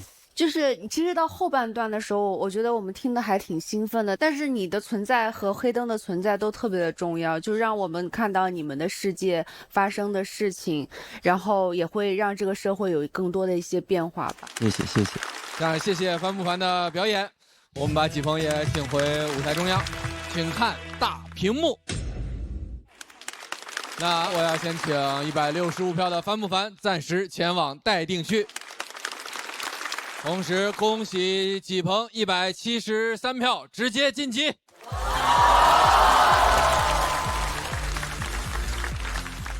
那的对决继续，请大屏幕为我们展示一下要出场的下2位演员是。一个是新晋新人王，新人王，一个是老王。我跟海宇其实还是有点冥冥之中的感觉。我们都是成都的演员嘛，我刚入行的时候就听很多前辈什么的就会提到海宇，说他是成都的新人王，就感觉今年终于等到你来吧，就有点那种感觉。因为其实每年上节目都说，哎，今年海宇没来吗？今年海宇就会这样问。我们一起比过几次赛，显然是他赢得多，要不然我应该早就来到这个节目了。有点恨了海宇现在，我没有羊，我咬一下，有点恨了，有点。王不见王是此刻，哦，好有文化，越来越好是明天。哇，干什么呀？我这海哭的声音。宇宙的有趣，希望我们能够好好的把自己的内容交给这个舞台吧。我觉得，第1位要上场的朋友就是咱的老朋友，已经陪大家3年时间了，做过很多事儿，端过盘子，卖过衣服，但唯一没有变的是一直留着短发。掌声有请王悦。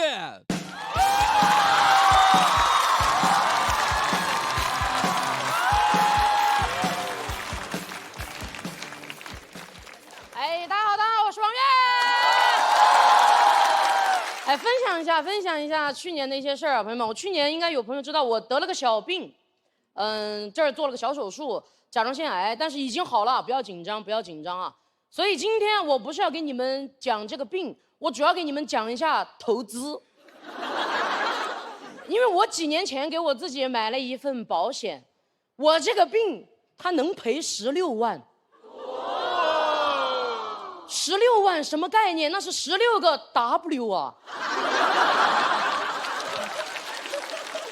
可以说是得之我幸。我确诊当天，我在那个诊室里面，我都不敢笑出声来，老子把那个嘴巴都咬烂了，真的。在那个诊室里面，我没有恐惧，只有贪婪。跟医生聊完过后，我才敢仰天大笑出门去。那个医生追在我后面说：“你不要疯啊，医得好啊！”我当时在心里面盘算了一下，我说16万啊，16万，我交完手术费、住院费、杂七杂八这个费那个费，我加上亲朋好友给我的红包，哎，我到手还能剩16万。当时医生就问我说：“他说你要住普通病房还是高端病房？普通病房要等。”我说：“等什么等？我们有钱人时间很宝贵的。”我根本没有想到自己居然有一天能在全中国消费最高的城市上海，我脑子里面只有一个想法：办卡。我那天去办住院卡的路上啊，上海的天气都很好，空气也很香甜，我心情好好，一路走一路唱，我说：“夕阳照着我的甲状腺，甲状腺，保险赔我16万，16万。”当时医生跟我说：“他说你住5天你就可以出院了。”我说：“5天，根本就不够老子消费的，整个住院部的葡萄糖我都可以本人买单。”医生当时跟我说：“他说高端病房3800一天。”我说：“那咋了？3800又咋了？亲朋好友来看我，那个病房我都可以请他住2天。你别说2天了，我住他2个月又能怎么样嘛？我一算22万8。”不够，但我确实最感谢的人就是5年前我那个保险代理人，没有他就没有我的今天。我是在一个末班地铁上碰见他的，那天那个地铁上空空荡荡，他刚好就坐在我的对面，而且我注意到他是因为我们俩看起来都很疲惫，而且同时叹了口气，好有宿命感啊。结果下一秒钟他就开始给我推荐保险。他说他1个月没开单了啊，他就开始劝我。他说你虽然现在一无所有，但你到了30啊，那不一定，那就有病了。而且越重的人越危险，你就应该买一份重疾险。而且像我们这种穷人就应该富贵险中求。他好燃呐，但我一句好话都没听到。但我不知道为什么，从他说的话里面，我听到了一种人生未来的希望。我当时被他那个幽默已经冲昏头脑了，我直接把那个保险买了，一买就交了5年。当天那个地铁可以说是呼啸而过，我到后来才知道，那天我已经站在了风口上了。办完了住院，我就开始准备理赔了。我美滋滋的点开我那个保险 app， 上面显示了4个大字：保单失效。我当时跟你们反应一模一样，我说什么意思啊？失效应该就是有效的意思吧？我那个保单已经变成灰色了，我感觉那个癌细胞扩散到手机里了。客服给我打电话说我已经错过了交费时间，保单已经失效半年了。我说失效就是有效的意思吧？他说好笑。我那个保险代理人他也转行去干别的了，根本没人提醒我交费。老子当时在那个高端病房的走廊上，我像那个疯了的可云。我说保单，我的保单。喊过来2个保安。我心想，你们来的也太是时候了，快点把我抬到那个普通病房去。我去查了一下，我去年最后交费的期限刚好就是去年喜剧之王单口季的总决赛现场，我就在这个舞台上录制，老子穿个裙子，我心里只有喜单没有保单，我哪里顾得上保险？我连保险裤我都没穿。我朋友后来问我说：“你那天到底干啥去了？怎么能没买呢？”我说：“我搞笑去了。”而且压死骆驼的最后一根稻草根本不是那个保险。我跟你们说，那个高端病房，它高端就高端在它安静，整个住院期间不允许任何亲朋好友来探视。我保单没赔上就算了，老子红包也没收到。你把人给我拦在外面，我可以理解；你把红包给我塞进来啊！你货币给我流通进来啊！那医生不要，我要啊！我手术当天做完的，全麻是第2天醒过来，我真的天都塌了。我那个线上转账也变成灰色了。光是超过24小时自动退还的都有5笔。3800一天的那个高端病房，我都不知道从哪里开始节约。我说要不然给我少打2袋葡萄糖吧。我跟你们说真的，我把我带去的所有衣服在那个病房里我都洗完了。本来让我住5天，我第3天就想走了。我衣服都晾干了。那个医生说你脖子这儿这个伤口应该还要再养一养吧。我说我吗？我已经好了。不信你看。当当当当当当当当当。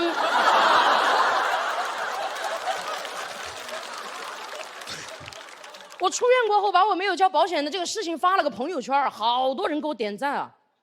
我那个保险代理人没有给我点赞，因为他真的很忙。他后来转行，他去讲脱口秀去了。我给大家介绍一下，我的保险代理人叫王悦。在5年前的那辆末班地铁上，他看着对面车窗里的自己，1个月没开单了，马上就要被开除了，感觉人生快完了。他一咬牙，给自己买了一份保险。他肯定没有想到过人生无常，当年那份保险不是他最成功的投资，他最成功的投资是他拿着那笔佣金，去给自己报名了一个脱口秀培训班。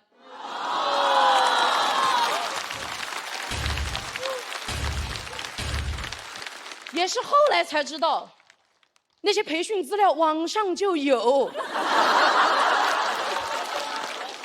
那天地铁到站了，卖保险的那个王悦一直留在了那扇车窗里面，而我下车了，走到了这里，跟大家说，买保险一定要记得连着交。谢谢大家，谢谢王悦，谢谢。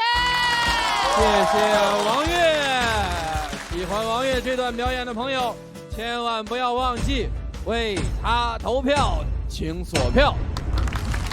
真的是每一份经历对于脱口秀演员来说真的是宝贵。我觉得这个是一个特别棒的一个剧本，就是我们平时你要写起承转合，一开始埋，到最后翻，最后还上了一个又感动又那啥的一个，太完整了。这个真是练。我说你上台就胸有成竹那个劲儿，手里憋着这么一个反转。啊，这个结尾哈。哎呀，我也很喜欢，真的，哎呦。哎呀。这个结尾真的很感动，让我有点想到庞博之前的那个别说我18岁曾经的我。而且王悦，我作为老观众哦，特别有陪伴感。你从第一季，你自己说自己是大甜甜，然后到第2季纯女的，然后你就慢慢越来越变化，然后包括生了一场病，然后你现在变得越来越从容。作为观众也真心的为你该高兴。然后今天听到你的段子，也会觉得啊，好像你又在打怪兽，然后又成功了的样子。谢谢。确实非常感谢喜丹的舞台，真的。我其实前2天就是6月14号的时候，我突然翻到我其实是4年前的6月14号第一次走上台，然后拿着麦开始讲开放麦。我就感觉如果没有这个节目的话，我可能没有那么多的机会让大家认识我。我也非常感谢大家，真的谢谢你们一直都在，谢谢。这一提还真是啊，这3年您的变化确实太大了，而且我觉得就刚才那段表演啊，它特别像什么？像交响乐，就是说你不能在中间鼓掌，任何时候我只要一拍灯，都影响了你当时那个节奏。就说这个命运哈，命运使然，命运捉弄，反正方方面面，你可能会失去一些东西的同时，又得到了一些东西。反正这个宿命感，就让我就很感动，包括。博哥也说了，你真的是一个特别好的编剧，谢谢哦。就是你的故事太完整了，太完整，很佩服，很佩服。其实这一篇稿子应该算是我3年里面比赛的稿子里面我最喜欢的一篇。因为我就是一个非常擅长讲故事的演员，但是在比赛的舞台上其实非常残酷，你的故事如果不够打动人或者不够好笑，就非常容易让观众划走。今天这一场是我第一次尝试把一个故事写的比较有结构性，把它塞进一个5到7分钟左右的段子里面，所以我觉得这篇稿子我自己今天演完我也非常的踏实。感谢大家能接住故事型的演员，谢谢大家，谢谢大家。很多时候在脱口秀的舞台上选择讲一段故事，大家会陷入一种，评价上的两难，就在于，我好像挺喜欢这段故事的，但是不是吸引我的是故事的本身？那我觉得今天至少王悦这段表演告诉我们的是，更重要的是讲故事的方式。谢谢。哎呦，我本来想说我在台上看到你了。我的保险带，他穿的白衬衫，他拎个饭盒，在5年前的那妈妈做的饭，穿的白衬衫一点都不合码，然后在地铁上拿着手机对着自己拍过一张照片。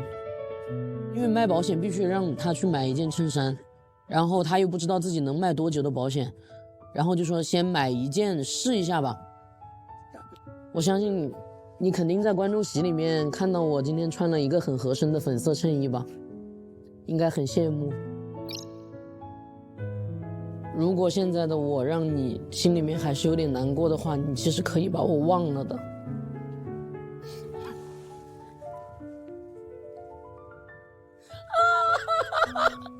爆哭！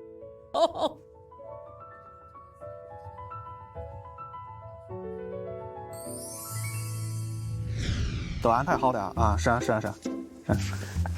最好还是那个王悦啊！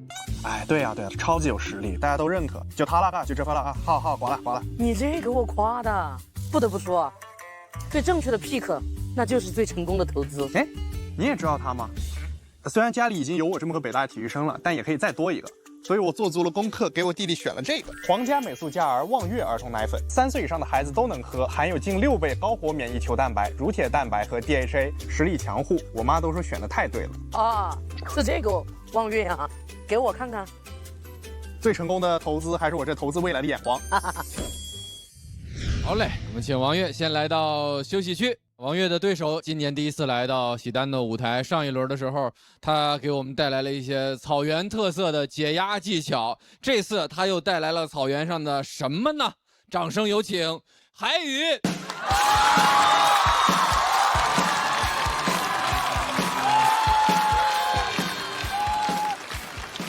嗨，朋友们晚上好，我叫海宇，感谢大家。很多朋友都不认识我，做一个自我介绍，名字叫海宇来自四川省甘孜藏族自治州。各位听过这个地方吗？感谢。我需要强调一下，小时候我们的藏区确实教育条件很差，当然现在变好了。但小时候呢，我们有国家政策的扶持，你像我当年高考就有加分政策，我很幸运，给我加了50分。感谢感谢，当时就考上了一个大专。我能从你们的笑声中感觉到2个字：浪费。我自己也很崩溃，因为我不加也能上的。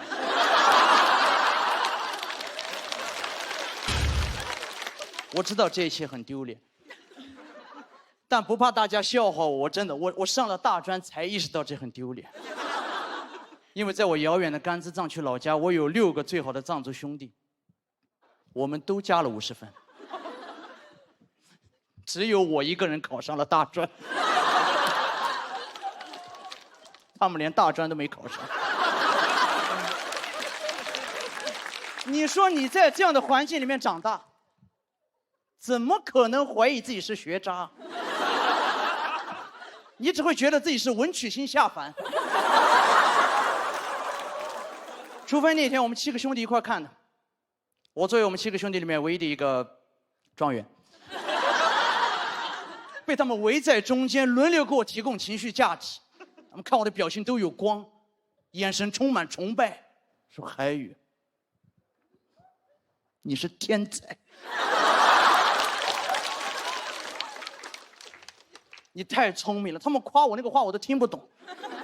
你这个知识文化水平，海宇真的，你放在古代，怎么着你都算一个文人黑客。我说古代应该是没有黑客。接着夸说：“海宇，但是你很聪明啊，你这么多年成绩一直很好。我一直很想问你，哎，你平时是怎么学习的呀？”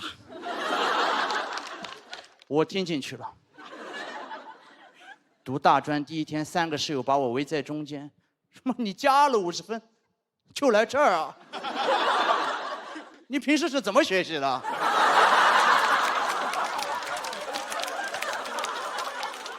不喜欢他们，因为他们当时围着我就开始讨论一个话题，叫“假如把这50分加给我”。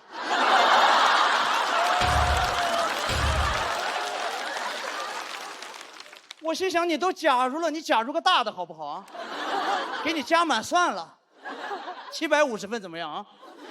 别人高考像赛跑，你高考直接开始开车，开到加油站还问你，哎，你加98还是95？你说我加985。我本来已经意识到自己的平庸了，所以当时读完3年大专以后，我准备开始全职讲笑话。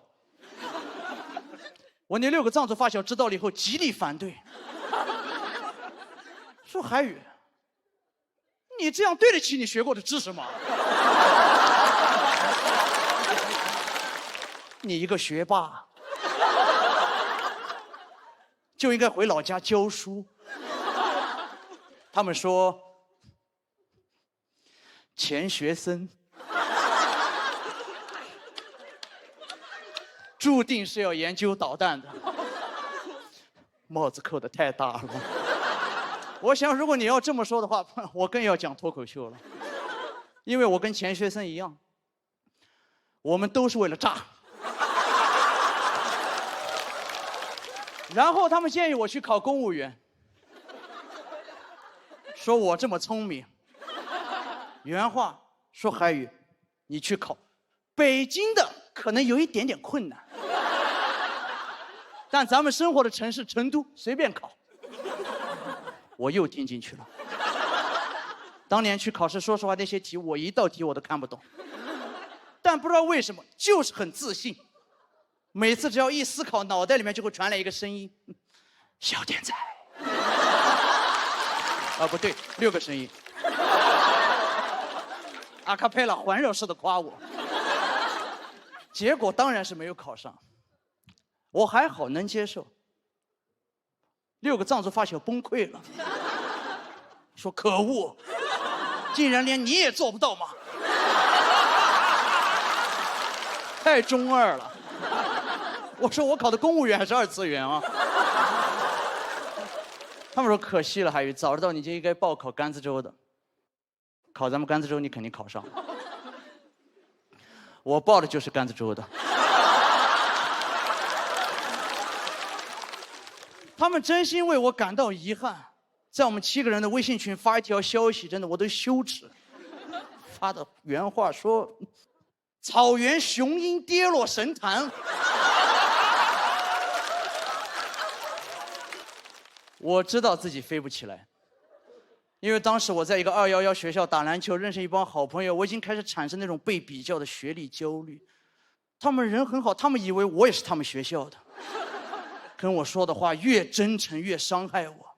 海宇好焦虑，你知不知道，大学这4年，哎呀，我跟你说嘛，真的这4年，哎呀，你都想象不到我大学这4年，一直强调4年。我一个大专生，我本来就敏感，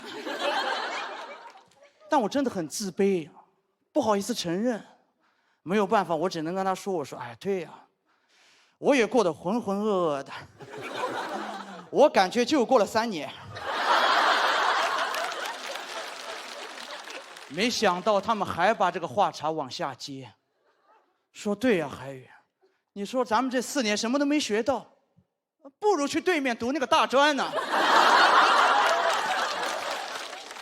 我有点敏感，我感觉他们在点我，因为他们说，哎，听说了吗，海宇，对面大专有一个学生，听说是加分才考上的。老家也很特别，说他来自甘孜，就是在点我，因为他们第3个问题，你老家哪里的？我这个人面对我不想回答的问题，我就会本能的开始装傻。他们当时问我，海宇，你老家哪里的？我说哪里。你们能听出来，我想讲的就是每个人都很优秀，马上相对的。就看你处在哪个环境。我把这个发现命名为高原相对论。我属于是甘孜州爱因斯坦。因为我身边的藏族发小就很简单，其中一个，他身上有那种简单的力量，他从8岁开始他就决定好，他这辈子一定要当一个网管，又能打游戏又能赚钱。他说网管非常轻松，不管多刁钻的问题，2句话直接解决。重新启动一下，换一台不就好了？不要小看，我最近也在比赛，我很焦虑，我害怕被淘汰。他的网管思维就可以治愈我，说海宇没事儿，大不了咱们明年重新试一试，实在不行换一个平台。我喜欢，简单，不像我211打球认识那个朋友，复杂。他跟我说他从小就很焦虑，他爸妈给他报各种各样的兴趣班，然后跟他说你不要输在起跑线上。我说你学的什么？他说马术、攀岩。怎么说呢？我们过着一样的童年，而且我们那边的起跑线不收费。他说什么老师这么好不收费？大自然。他不认可，跟我说怎么可能呢？你这说的太乌托邦了，难道你就不焦虑吗？啊，不内卷吗？不焦虑吗？我也不知道怎么回答。我说反正据我观察，焦虑的人喜欢去我们那儿，对吧？好像被比较怎么都逃不开，你怎么都会焦虑。所以我觉得，如果你们有的人跟我一样，也经常感觉自己在大城市像一只笨鸟，你就先飞，先飞到成都。因为直飞到不了，然后你租个车，自驾318，终点目的地你就设置在四川省甘孜藏族自治州道孚县仙水东路6号3楼尼洽网咖。不管你有什么问题，我们那边有6个神医。你到那什么都不用做，看着他们自信一点，说出一句话就可以：老子没加分，上了本科。6个神医直接簇拥上来，围着你。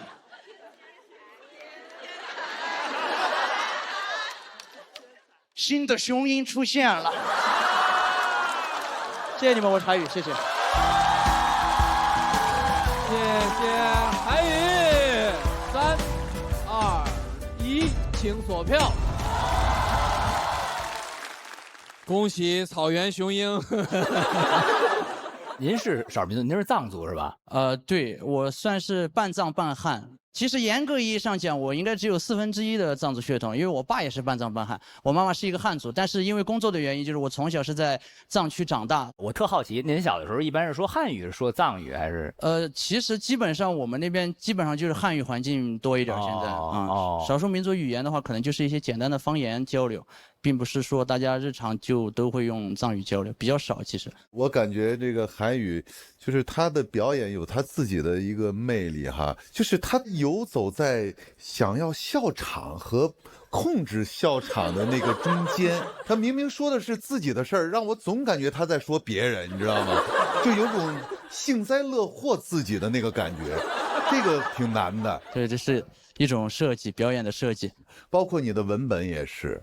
文本我也很喜欢，就是好细呀，就光一个分儿你就没完没了，但是我还爱看，就是我说怎么还在说分儿，但是他又换了一个角度，你知道吗？海宇的表演总有一种这事儿其实跟我没什么关系，但是明显又是在自嘲，确实是很不一样的表演。他就消解这种焦虑，他半乐半不乐的那意思，这事儿是我不是我，没事，接着说了。谢谢老师。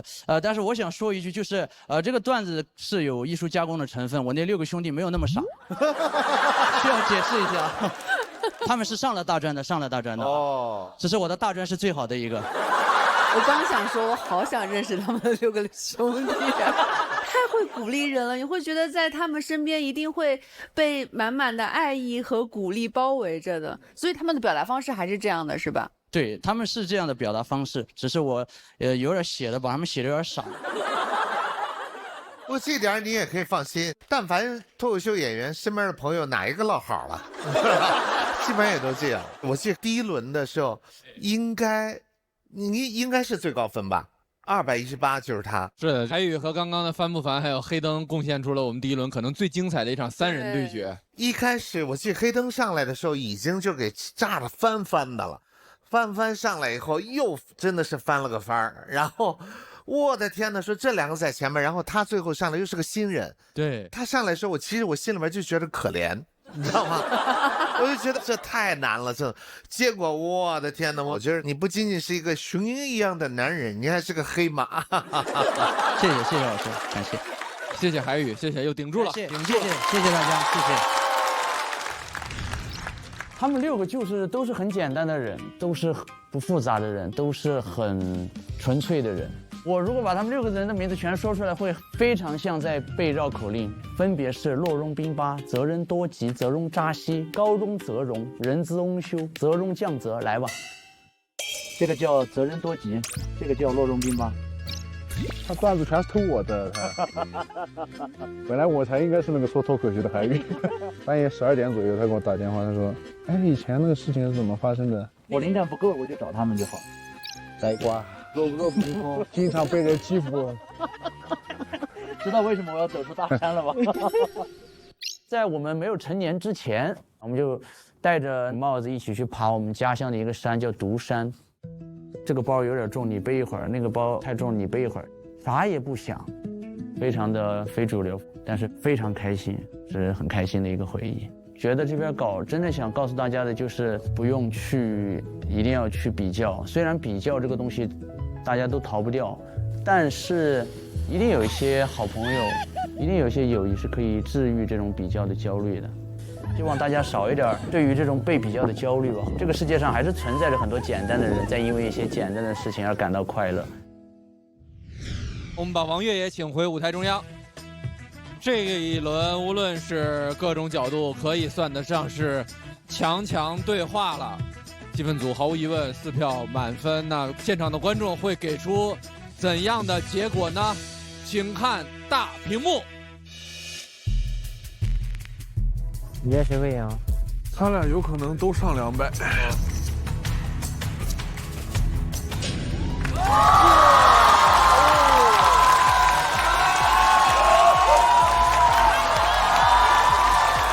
出现了的这一赛段第一次同时晋级，恭喜王悦，恭喜韩宇。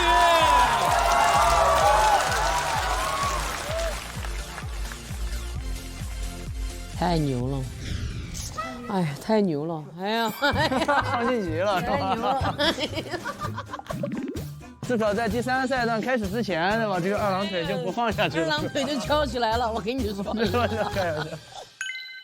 我是在台侧看到海宇吗？我又一次看到了这个人那种根劲扎在喜丹的舞台上那种感觉。就是虽然他讲的段子的那个气氛在往上涨，但是好像那一刻我看到他脚下的那种根在往下伸，哇，我还是很震撼，真的。其实我是没自信的，谢谢王悦愿意让我在他后边演，他把选择权给到我，其实是对我无限的尊重和包容。海宇今年这个来时路，我应该也是非常非常有感受的。我上台之前还跟海宇说过一句话，就是这是你最后一次讲你的这篇稿子了，你就把它当作是你的告别演出。然后海宇当时说了一句话，我其实印象很深，很小声的说了一句：对啊对啊，好不容易才来的。应该每一个从线下走到线上的演员都会有这种啊，我好不容易才来到这样的舞台的啊，大家就拼了好久，其实都是为了这一刻吧，我感觉。王悦跟海宇这场精彩的对决，也是我们这一期上半场的最后一组对决。刘洋、刘仁成这也看了一场了，有什么样的感受可以跟大家分享一下？幸亏没参赛，还好跑得快。没参赛的时候，我们俩都在干嘛呢？我们的专场是在全国火热实验中，让这帮优秀的演员在这儿相互的拼搏，咱们占据剧场，千万别给他们留档期。没问题，快把这两个臭不要脸的给我挂掉。挺开心的，因为我觉得确实今年的新人朋友们他们都顶住了压力。从第一个多多、咸鱼，包括海宇，包括季鹏，他们都是新人嘛，虽然他们可能上过节目，但大家都把他们忘了。这表现非常好，真的非常开心，尤其是多多跟咸鱼这两组。你又看好人家？我看好教主的专场卖票。不许你看！好，那我们对抗路友谊赛的第2场的上半场到这里告一段落。我们再次恭喜这半场晋级的所有演员朋友，我们下半场精彩继续。欢迎大家回到淘宝闪购喜剧之王单口季第3季第2赛段对抗路友谊赛，现在继续。上淘宝闪购搜夏日拼团，点外卖拼团更优惠。本节目由淘宝闪购独家冠名播出，笑点稳稳接住，成长稳稳守护。感谢让宝宝成长有底气、上场有实力的皇家美素佳儿特约赞助播出。比赛继续，我们看看下一组要出场的是哪2位演员？有新朋友，有老朋友，这些1对1的组合，很奇妙。第一位要上场的演员朋友，总是这种慢慢悠悠的，但是会把他的攻击性释放的淋漓尽致，擅长的就是这温柔一刀。我们掌声有请黄一锦。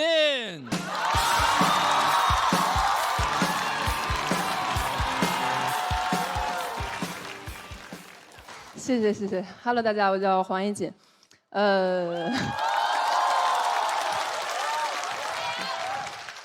我最近有点想谈恋爱，啊，但是我总碰到那种特别装的人。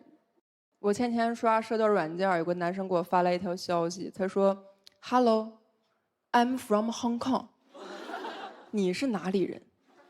我说你装什么呀？虹口还得打英文。大学接触过一个男生，就有点装，老跟我说想过那种不被定义的人生。大2跟我说他要退学，说觉得大学正在摧毁他。后来我一打听，说是他老挂科，大学要开除他。还跟我聊情史，说他自己受过伤，不敢动感情了。但他原话是这么说的，他说曾因酒醉鞭名马，不敢多情泪美人。我说这不是喊麦吗？这我咋接呀？你不敢多情泪美人，我抽烟只抽宣赫门。天天跟我聊什么独立音乐、哲学、文学，我感觉聊这些就是男生勾引女生的一种手段，是吧？你就感觉他跟你说这是康德，这是弗洛伊德，这是沃氏、沃德。我现在有时候也能理解一点吧，我觉得这些行为就是装啊，聊哲学，想营造一种神秘感，想让女的对他好奇。我经常感觉女的一旦对有些男的产生好奇啊，女的就要开始倒霉了。有些男的一旦对女的产生好奇呢，女的就要开始倒霉了。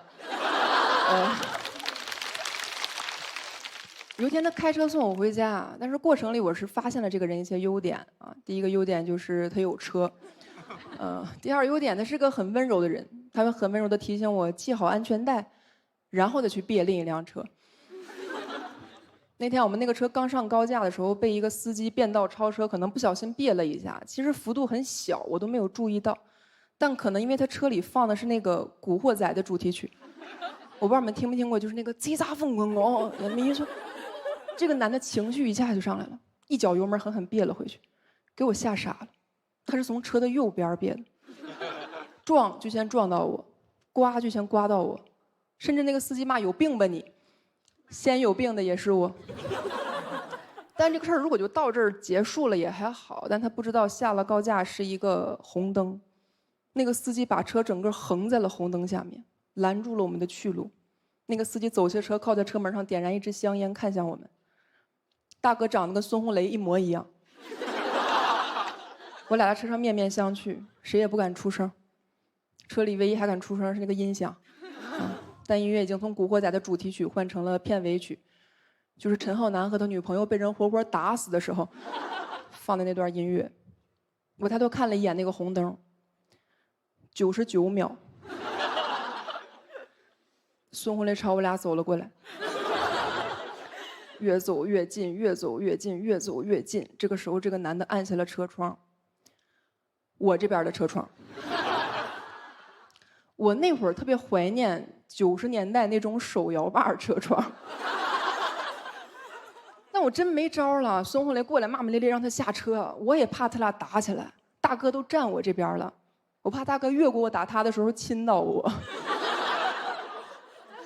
我就只能劝我说你千万别下车，千万别下车。这个时候我发现这个男生另一个优点，很听话。我看那个手从方向盘上缓缓滑到安全带的卡扣上，但是不按，但是呢也没有挪走。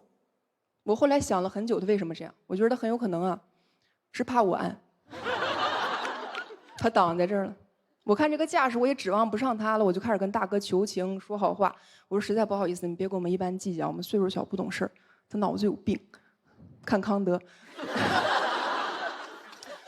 那个大哥可能看我态度好，也没太为难我们。骂了2句脏话，开着车扬长而去了。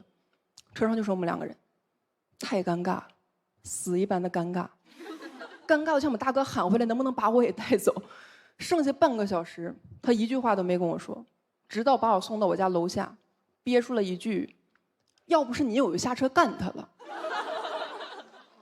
这个事儿之后，我一直在想，我觉得这种很爱装的人啊，他真的是很需要一个伴侣，一方面保证他装的时候有人看，另一方面保证他装的时候不挨揍。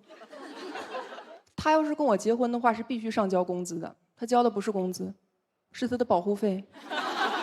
你交了这个钱，我坐你副驾上，下次你再装马上要挨打的时候，我就可以劝我说：“老公别生气，老公别下车，老公别跟他一般见识。你不交这个钱，我说老公，他骂你。”讲到这儿吧，谢谢。谢谢黄怡锦。喜欢黄怡锦这段表演的观众朋友，千万不要忘记为他投票，请锁票。这个演完了能说了，好点吗？有一般吧，还行吧。这因为黄怡锦这2天突发恶疾，突然有点生病，有点急性阑尾炎，差一点比赛演出都弄不了。然后就是几个小时前，今天还在医院那输液呢，是吧？嗯，聊聊这个段子吧，这个跟孙红雷的一个小故事，打引号的。这阑尾炎不会是被那男的气的吧？不是，可能就是没休息好，然后上火了啥的。但是你说完这个，我都挺生气的，就确实我是感觉就是人没必要装哈，但是有的人他就喜欢装，你看孙红雷就不装，人家直接就下来了。我觉得特别好一点在哪儿？我说这个用了孙红雷以后，我就觉得很妙哎，说怪不得他这个段子他就很精简很短，你知道吧？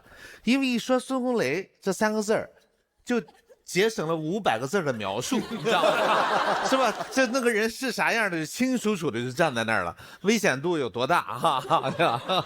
其实孙红雷很温柔的，他就找我们买西瓜是吧？我之前特别喜欢一景那个，就是很有攻击性的那一面。今天我觉得可能是你身体的关系啊，就是你的段子其实是还挺有攻击性的，但是你的那个状态好像没有达到一个频道上。所以就是有点两边有点不对等了，所以有点吃亏。没事，因为您这风格本身就是其实是用很软的劲儿说很硬的话，但现在因为您现在有点太虚弱了，这没办法，这个今天没赶好时候。行，那让你过来坐会儿吧，别折磨人家。来到这边休息区休息一下。第2位要上场的演员，第一次来到喜丹的舞台，上次可以说是一脚就又踹开了原生家庭这个赛道的大门，而今天还要继续深耕这个赛道。掌声有请刘大卫。哎 ，hello， 大家好，我是刘大卫。跟大家聊聊我妈。刘大卫不是我的真名，是我的艺名，倒不是说讨厌我的真名。寓意倒挺好的，也是我妈给我起的。刚出生的时候，希望我每天都开开心心的，给我起了我这个本名。但主要是太尴尬，跟我形象太贴切。我本名叫刘欢，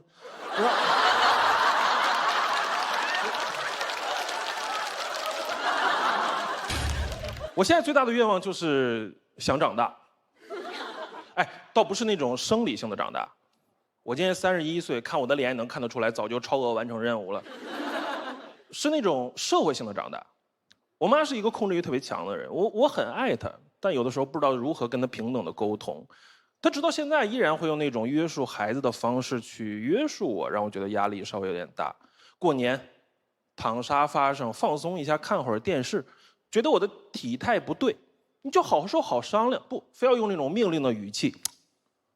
坐直了。躺床上玩手机，坐直了。哎，看见有人躺着就让人坐直了，我都担心他有一天去参加别人葬礼。而且你服从他的第一个命令，他也不会满意的，只会有无数的命令等着你。你在那儿趴着，让你坐起来，坐起来，让你坐直了，坐直，让你挺胸抬头，3句话给我说净化了。有的时候他甚至命令不动我，甚至会绕过我，直接命令我的器官。你们见过有人跟器官说话吗？我躺床上玩手机呢，我妈一推门进来，眼睛。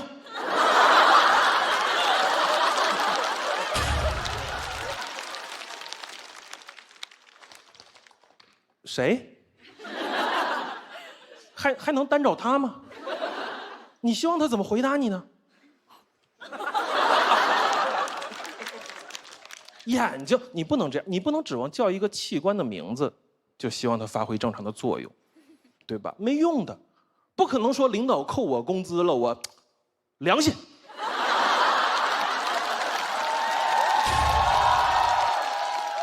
我好歹还有眼睛呢。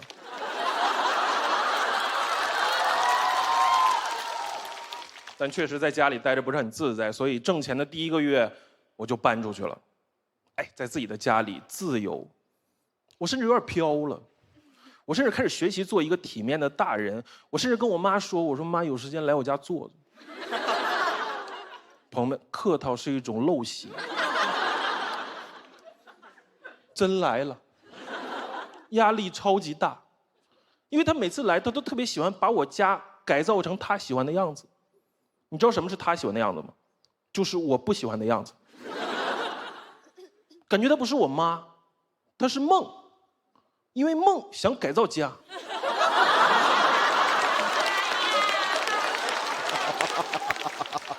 我那个屋子其实装潢的非常极简风。我妈一来，不知道从哪儿变出几块白色蕾丝花边大布。你们见过那种布吧？哎，你都不知道从哪儿买。沙发枕上一盖，茶几上一盖。哎，这些我都还能理解，你怕脏。你电视顶上盖一块啥意思呢？你要我娶她呀？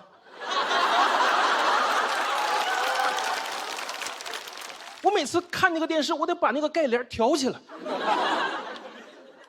我说怪不得，我小时候看电视时间稍微长一点，我妈就说：“哼，你长大了跟电视过去吧。”我最受不了的一点，就是她经常会打着你不会过日子的名义，把她的生活方式强加到我身上。最难受的一点就是她特别爱往我家的洗洁精里兑水。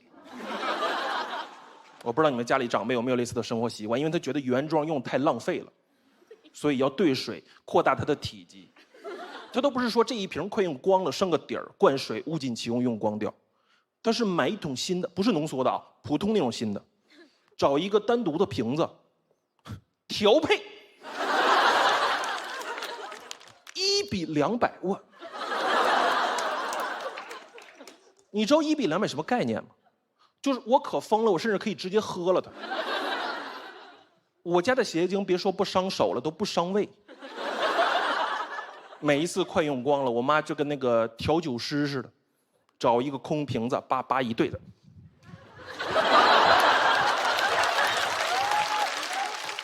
鸡尾水。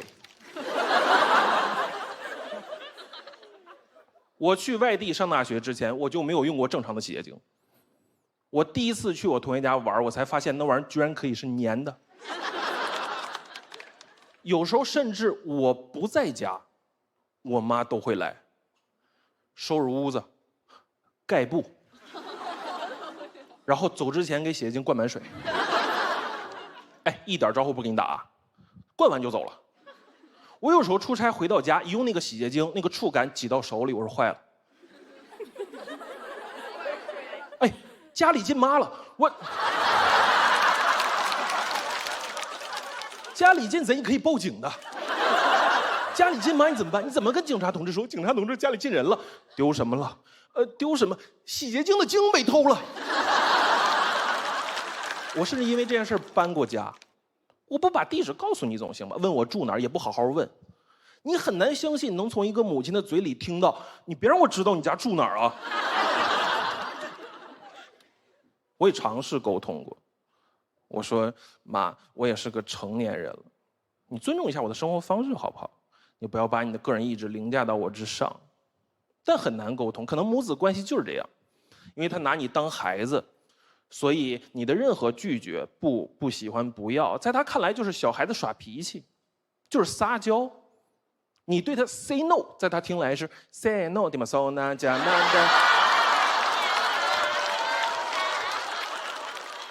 但可能这就是母子关系的症结所在，因为他拿你当孩子，所以他觉得他有权利、有义务去管你，因为在他看来，你是他的一部分，你是他的身上掉下来的一块肉。有的时候你能从他话里读出这种潜台词，别说你了，你的器官都不属于你，是他借给你的，你得好好用，因为你如果不好好用的话，他会拿回去，他会在一个非常微妙的时机，旁敲侧击地问你说，你那个眼睛还要不要了？所以到底如何才能成为一个大人呢？我有时候在想，我说是不是一开始我搬家从家里走出来不告诉他地址，从一开始就错了。因为一个课题不会因为你逃避就消失，它只会不断的出现，直到你给出新的答案。我今年终于鼓足勇气，第一次带我妈去旅游。在此之前，她完全没有见过我那种非常熟练的搞机票、住宿、酒店。那是我第一次从她嘴里听到，儿子，我以后不用为你操心了，你已经是个大人了。但那天我妈反而挺紧张，因为第一次坐飞机，不知道该干嘛，跟个小孩似的，非常慌乱。空姐跟她说话，她也听不明白，只能来问我说：“哎，儿子，那个他让我整什么靠背是啥意思？我说嗨，坐直了。今天我讲到这儿吧，谢谢大家，我是刘大卫。谢谢刘大卫。喜欢刘大卫这段表演的朋友，千万不要忘记为他投票，请锁票。不得不跟大家透露一个细节，刚刚大卫讲到中间那一段 say no say no， 我和乃文哥黄渤老师对视了一下，我们没有人知道那是啥意思。你也不知道吗？我也不知道，那叫恋爱循环。我是个2次元，这是一首就是音乐。我知道这是音乐，我知道《唐诗300首》里没有这句，就是这种恋爱小甜歌而已。但是你刚才讲的，我特有同感。就是从那个年代过来的人，都是他习惯节约。就是我妈妈，就是没事就要提醒你把灯关上，太浪费电，什么太浪费水，这是他们的一种生活方式了。对，这个我还挺理解的。其实，当然我发现后来你也理解了吧？对，我其实是非常理解他的，因为毕竟2代人的生活环境不一样嘛。不一样，不一样。对，就是我还想就是咱们可以沟通的一个就是，我发现呀，到最后，孩子在妈妈眼里啊，他永远是孩子。你看我到现在，我感觉我在我妈妈眼里还是孩子，甚至他都到现在还经常性的问，哎，你还有钱花吗？然后呢，你说有，他说你为什么不给我点？我没说没有就不错了。我可能这个稿子的底层逻辑是，我不希望我的妈妈只是我的妈妈，我希望她优先是她本人，其次才是我的母亲。所以我其实是相当于，所以我在前提的时候没有说你希望尊重我，而希望我们之间用个体的身份来平等沟通。对。有一次我听老人说了一句话，说我们这一代叫两世为人，是为什么？因为他们年轻的时候跟我们现在的生活，其实它不是说是前些年，是2个世界。我领他去，有时候那时候去看房子，进去以后就把人那个售楼处那样板间的灯一个挨一个的全给关了，后边那个导购眼都快直了，我天哪！因为那窗户是假的呀，没灯它就一点亮也没有。当时确实不理解，但你回头想想，他们认为这是对你成长有用的东西，会再copy到你身上来啊，什么事儿坐直了，眼睛这个都是有同感。你说到结尾的时候，我特别有感觉，就像你带着妈妈一起出去旅行一样，就是我带着他们出去旅行的时候，他们开始变得懵懂，他们开始变得惶恐。就那一刻，你感觉我变成大人了，他们好像慢慢变成孩子了，就还最后的结尾挺打动我的。而且我觉得大卫很调皮，就是一些刚才唱的什么歌，就是这种我听不懂的东西，它融合的都很好。他主要是那个歌从他这个长满了胡须跟头发的脸上唱出来，很有反差感。刘欢老师哪唱过这种歌？我特别喜欢那个大卫的一点是，因为本身讲原生家庭的东西特别多，我觉得大卫特别好的点在于他总在试图去理解这个过程，理解这个行为，然后去想怎么样才能解决这个问题，包括到最后带着妈妈出去，所以我觉得特别好，就他永远在用爱来解决一切，就把一切负能量都用爱来代替。谢谢光老师，是的，很温暖。好，那我们也赶紧把一锦也请到舞台中央。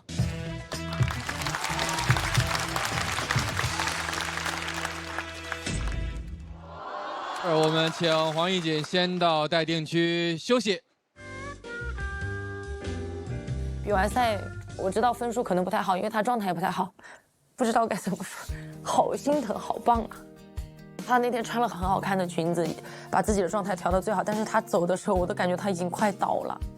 我回来吧，一个是身体暂时还能忍受，第二个是我觉得前后这么多人，导演赛制都定好了，对手什么在那等着，就是别耽误别人，就是你别因为一个人你很多人的努力全白费了。因为我如果是纯为了身体，我可能就不来了，我是觉得不想让别人觉得我输不起。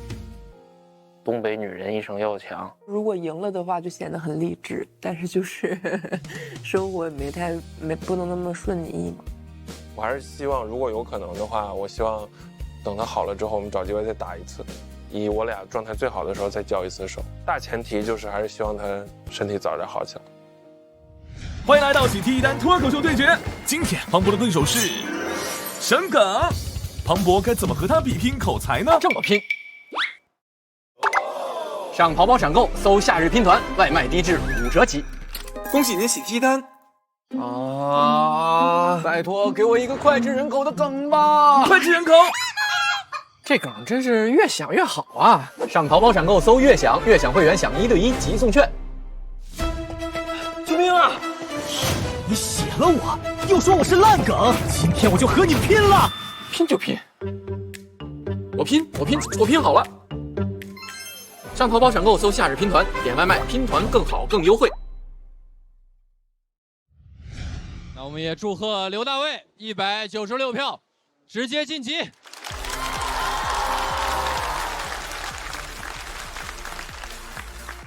下一组对决会是谁呢？小爽、戴维。第一位要上场的这位朋友，充分发挥了导游精神，掌声有请小爽。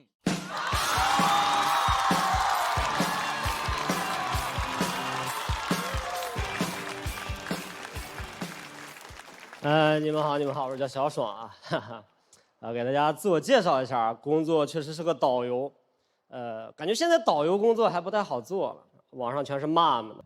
现在这些导游都是黑导游，他们经常打游客，偶尔有时候也打不过。怎么可能经常打游客呢？因为真的我带团带这么多年了，我看到的都不是导游打游客，是游客互相打。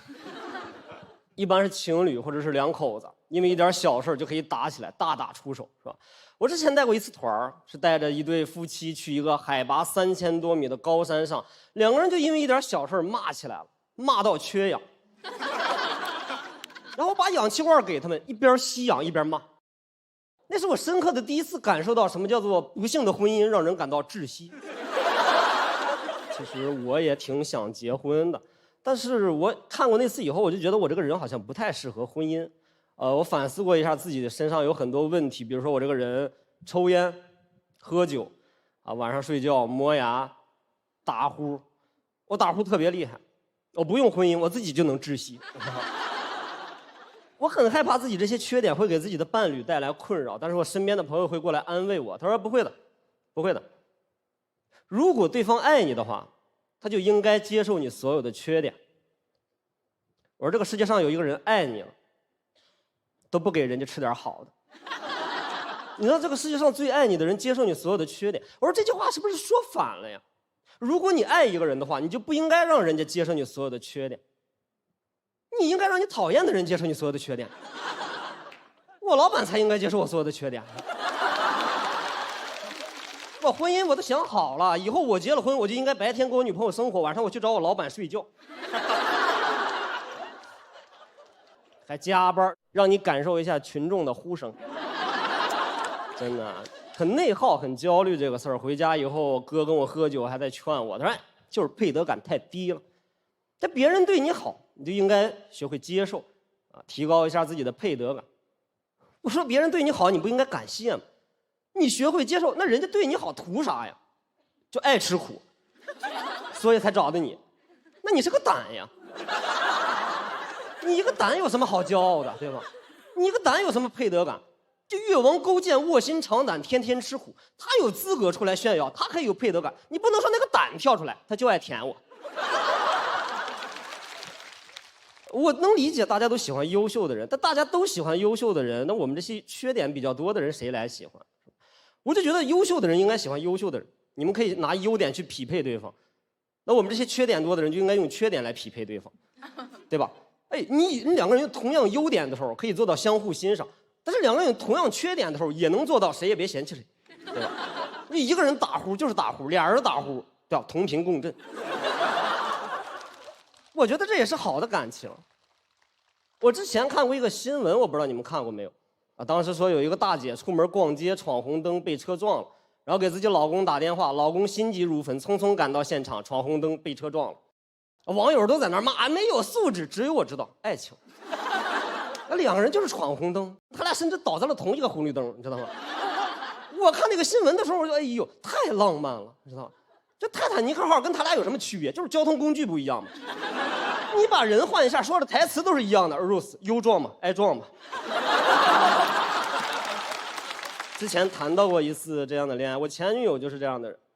我前女友跟我一样，缺点很多。我俩都是喜欢抽烟喝酒的人。我俩认识都是在网吧认识的，打游戏认识的。哎，我觉得网吧真的是一个特别好的相亲、谈恋爱、约会的地方。你可以在网吧里边看到你另一半最真实的样子。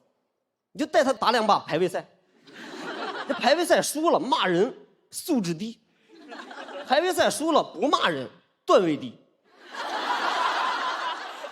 我跟我前女友一个素质低，一个段位低，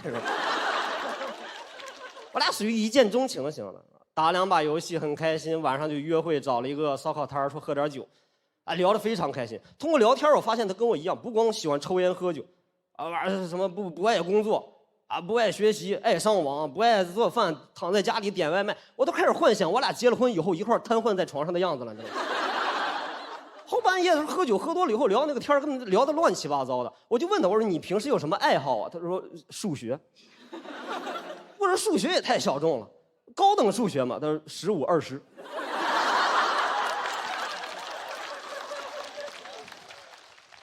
那你会吗？我说我不会，但是我可以学一学，是吧？后来我就开始拼命的追他，我觉得跟他在一起才能做到那种真正的放松，不会焦虑，不会内耗，不会瞧不起自己。开始拼命的追他，投其所好，喜欢什么送什么。他喜欢抽烟喝酒，玩命的给他送烟送酒。每次去他家我拎着烟酒，他家邻居不知道我是在追他还是在追求他的父亲，知道吗？进展特别快，大概过了半个月左右，他主动约我说来我家喝酒吧，啊，来我家喝酒比较放松嘛，外边下雨。哎，真的，那也是那次我去跟他告白，我发现他是一个特别真实的人。这2个人在家里边喝酒放松到什么程度？就放松到我俩喝酒喝了一半的时候，当着我的面放了一个巨响的屁。我当时还觉得怕小姑娘有点尴尬，我心想才认识半个月，人家姑娘可能脸皮有点薄，不好意思。他没有，他一看，响不响？他问我响不响，知道吗？就我知道情侣之间会问一些奇怪的问题，人家问的是你想不想我，他问的是我想不想。我说我能怎么回答？我说吓我一跳，我还以为啤酒瓶倒了呢。他看我在那儿愣了，他觉得我有点尴尬，然后还过来挑衅我。他说你会吗？我说我不会，但是我可以学。讲这儿，谢谢你们。谢谢小爽。喜欢小爽这段表演的朋友，千万不要忘记为他投票。请锁票。好奇妙的一段爱情故事啊！其实理论上我们不应该追究段子的真假，或者是有多少成分来自艺术的虚构，但从情感上特别希望这小故事有一个圆满的结局。谈了有个2、3年，然后因为家里不同意就分手了。啊，那我觉得这个题材其实挺勇敢的，因为在台上就是承认自己的诸多缺点，其实是喜剧上也挺难处理的一件事儿。我是觉得有点短，就没听够，不过瘾。就是我还想听后面怎么样了，包括你刚才后面你说分手了，我以为你能接着能讲下去。我之前专场最后是聊过这一段，但是就是讲到自己分手，但时长又没有那么多的话，观众可能会停在那儿说：“哎呀，怎么谈这么多年分手了？”他可能就那个情绪怕出不来，就没敢再往后讲。那看来你自己是真的陷进去了，是吧？确实当时陷进去了，听着感觉挺幸福的。其实我们都已经都暗戳戳羡慕上了，都觉得特别好。光讲这事儿就让我们觉得特浪漫，就互相能那么坦诚的去相处，然后你又能把这些东西给说出来，本身就觉得我们就是笑滋滋的在那种看的感觉。而且小爽刚才说一件事，我觉得就是如果你自己都没有办法欣赏自己的优点的时候，缓解一种焦虑，就是我们可以找一个跟自己所谓臭味相投的人。对，哎，真的很开心。对，就是反而是一种同频和一种欢乐。对，而且他真实。我问他，我说我想在节目上讲你这些缺点，能讲吗？他说可以，你给我买条烟就行。太真实了，我连牌子都没要求，你知道吗？谢谢小爽，谢谢。请你先到休息区休息。接下来要上场的这一位呢，上一场就跟我们聊这所谓的脆皮中年人的日常，今天又要跟我们分享一些人到中年的小苦恼了。掌声有请戴维。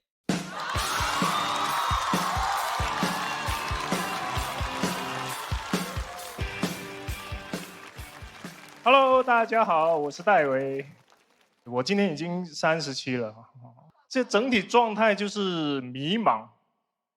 都说四十不惑，我现在是惑，真的时代发展太快了，感觉每天都在飞来横祸。自媒体我就看不懂，也跟不上。你知道前几年就脱口秀演员开始做自媒体，把自己演出视频发到网上，当时我觉得他们都疯了。你这么搞，谁还会买票？然后付航就火了。我真的反应太慢了，刚学会写内部梗，付航都已经不来了。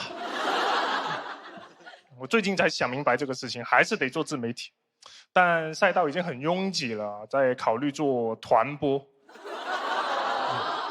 会跳的不多，有一点机械我的基础，想模仿春晚机器人，刷一个礼物，讲一个段子。大概就是这样。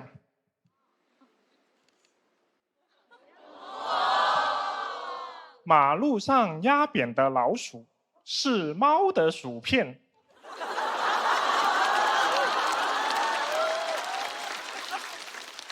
想到趁春晚这个点都已经端午了，真的跟不上这个时代。我感觉怎么我越长大要学的东西就越多，然后现代人的生活也没有在变简单。逼得我整个人变得很叛逆，停车费不会积分抵扣，我就付原价。每年退税算不清楚，你就扣吧。去看病医疗保险填不明白，那不看了。我真的受不了，而且我自己事情还没学明白，小孩的事情已经摆到我面前。之前给我小孩报小学，我以为填个申请表就好了，结果又是公众号、小程序，又要电脑网页，我连那个报名入口我都找不到。我都开始怀念传统社会了。传统社会，我只需要带小孩去给校长磕个头就可以了。那小孩还要打疫苗。我对疫苗所有的理解就是，只要小孩吃过糖丸，胳膊上有疤，哭得足够惨，那就齐活了。我小时候主要是靠感染一次，自己产生抵抗力。我小时候也没有水痘疫苗，没有关系，我有同班同学。但现在疫苗也太多了啊，每一针间隔时间也不一样，很怕疫苗漏扎了，但又不能一次性打完，更怕小孩扎漏了。去了诊所不知道打什么，什么乙肝，什么流脑。我说疫苗能欧玛卡莎吗？太新潮了。而且为人父母，你总是想给小孩生活一个保障。那就还得会投资理财，我也不会。别人聊天都是什么仓位、杠杆，就专业术语，我只听得懂一个上天台，啥也不懂，也是不感叹。当我听说大家都在买黄金的时候，他已经1200了，果断入手。就是这样学会了上天台啊。好像大家对中年人的期待都是必须会投资理财的，我还是很抗拒，潜意识觉得都是骗局。可能是因为以前上过当吧，当年那个理财产品叫“妈妈先帮你存起来”。其实我爸妈也不太懂这些，可能我跟不上也是一种遗传吧。前几年他们在这个房价疯涨的时候，没有选择买房啊，跑去炒股，然后套牢。吃尽时代的黑利，我一直有点抱怨，那房子多好，怎么不知道买？我就去买了。在21年的时候，以5.2的利率，一下子跟父母和解了，还是找爸妈要了首付，靠父母的托举给我举到最高点。总是跟不上，就会一直在踩坑，然后在坑里面学习。我适合在秦朝当读书人。我怀疑秦始皇他也是学不过来，所以才会掀桌。难学，那就都别学了，烧了吧。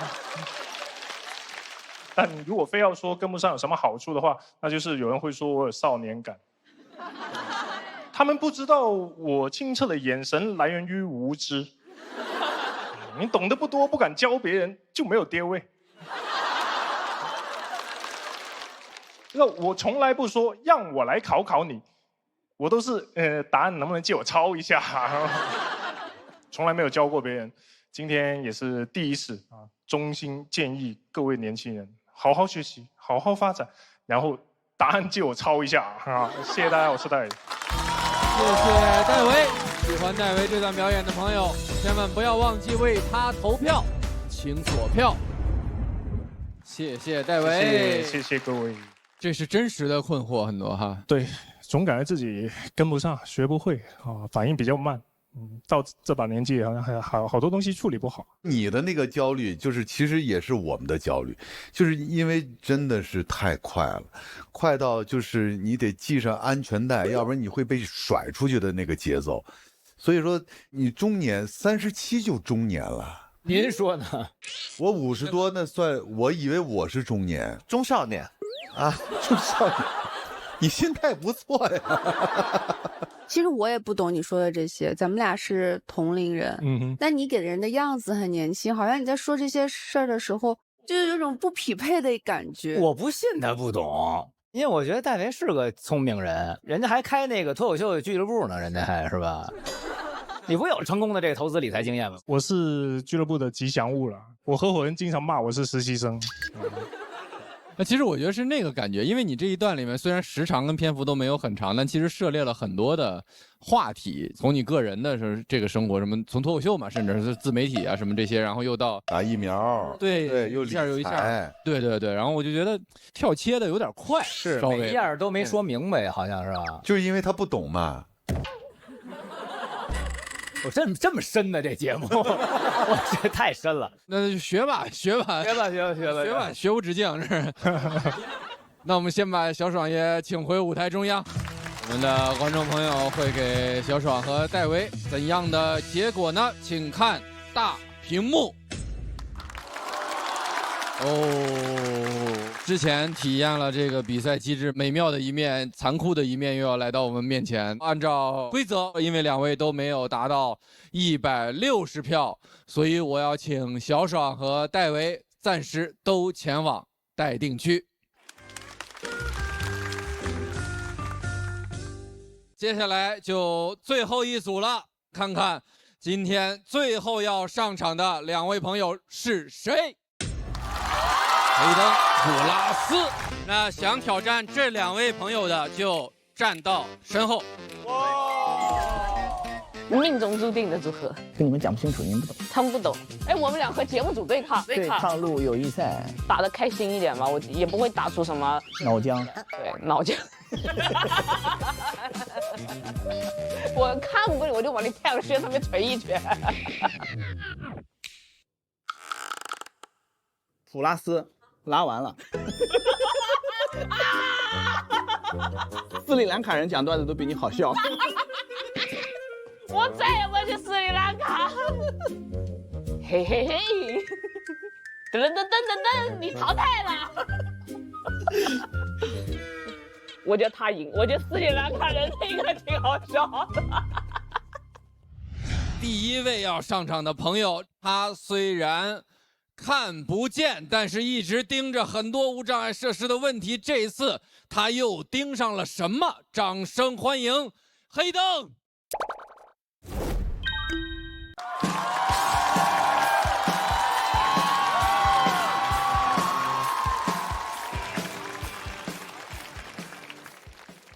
哎，晚上好，我是黑灯。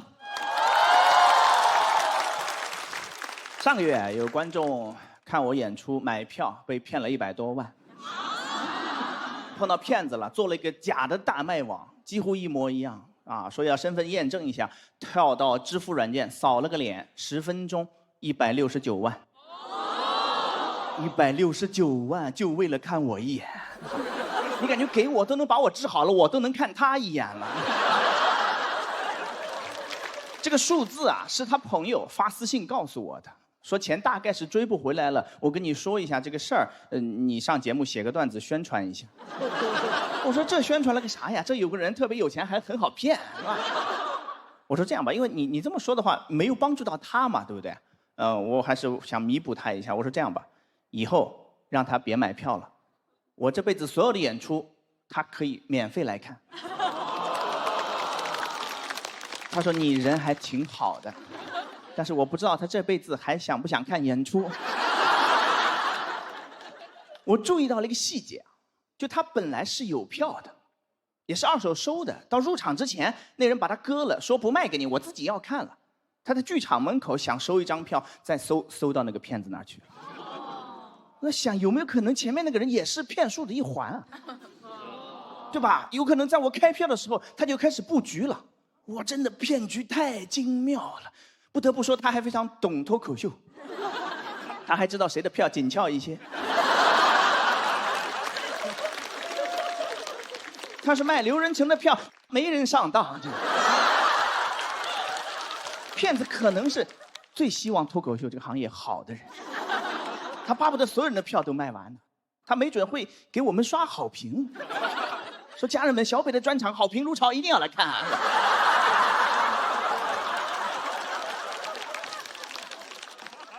我写段子的时候，我去搜了一下，我发现一个数字真的震惊到了。说00几年的时候，你要能编出一套能骗到人的这个电诈剧本，能卖100万。10多年前了，你搁现在得300-400万了，这就是中国最顶尖的编剧的价格。细思极恐啊，朋友们！因为过去这几年电信诈骗最猖狂的那几年，正是影视行业走入寒冬的那几年。会不会最好的编剧早就去东南亚了？剩了些3流的编剧。你去看电影吧，你去电影院，你看有的电影你得看1个小时，你才发现被骗了。这边剧情多快呀，10分钟啊，对吧？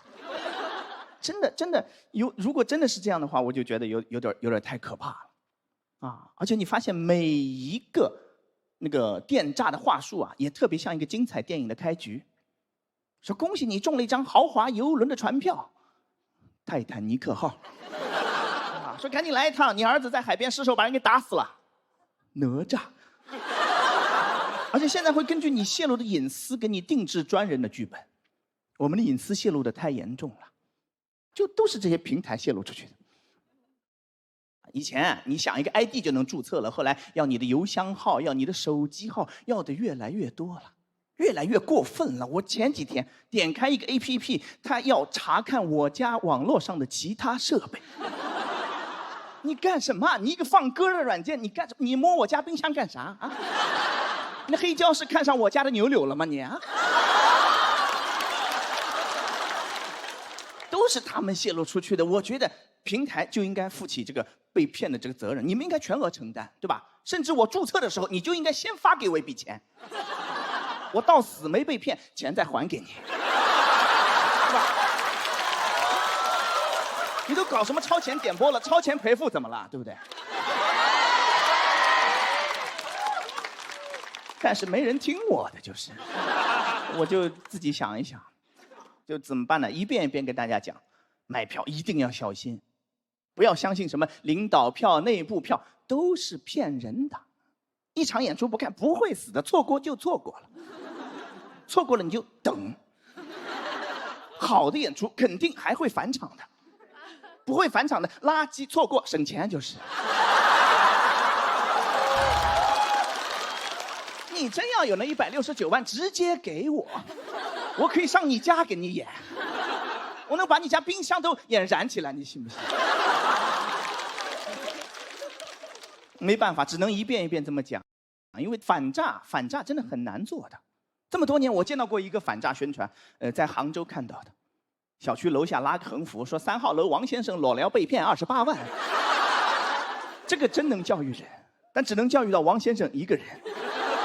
王先生这辈子可能都不会再裸聊了，但小区其他人不会觉得，他们不会觉得，只会觉得好笑，只会觉得王先生不会裸聊，我裸聊肯定没事儿。谁能不被诈骗呢？对不对啊？谁没人敢保证，我只能敢保证我不裸聊，我裸聊都不知道干啥。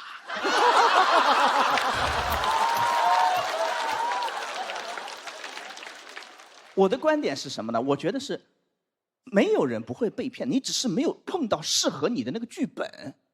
我调查一下，有没有那种朋友觉得自己这辈子绝对不会被电诈的？鼓鼓掌，我听一下，有没有？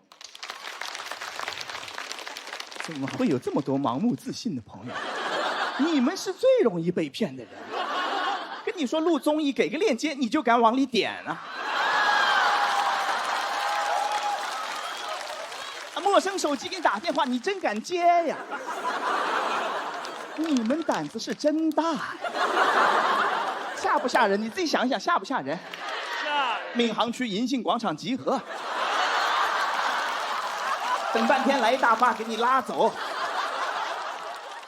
一上去签协议，手机还要没收。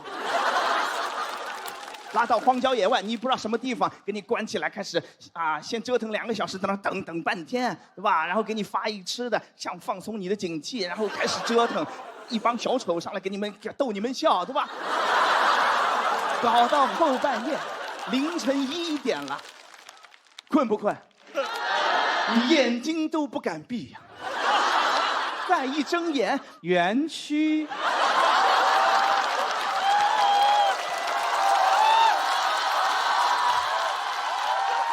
现在知道怕了吧？来不及了嘛，手机都交了。所以不要嘲笑那些就被骗的朋友们，我是觉得，对吧？因为每一个身处骗局之中的人，不会觉得自己正在被骗的，他得被骗完之后回头一看，哇，全是漏洞，当时怎么这么傻呢？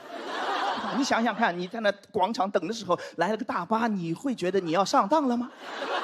你不会，你就会觉得我先上车。谢谢大家。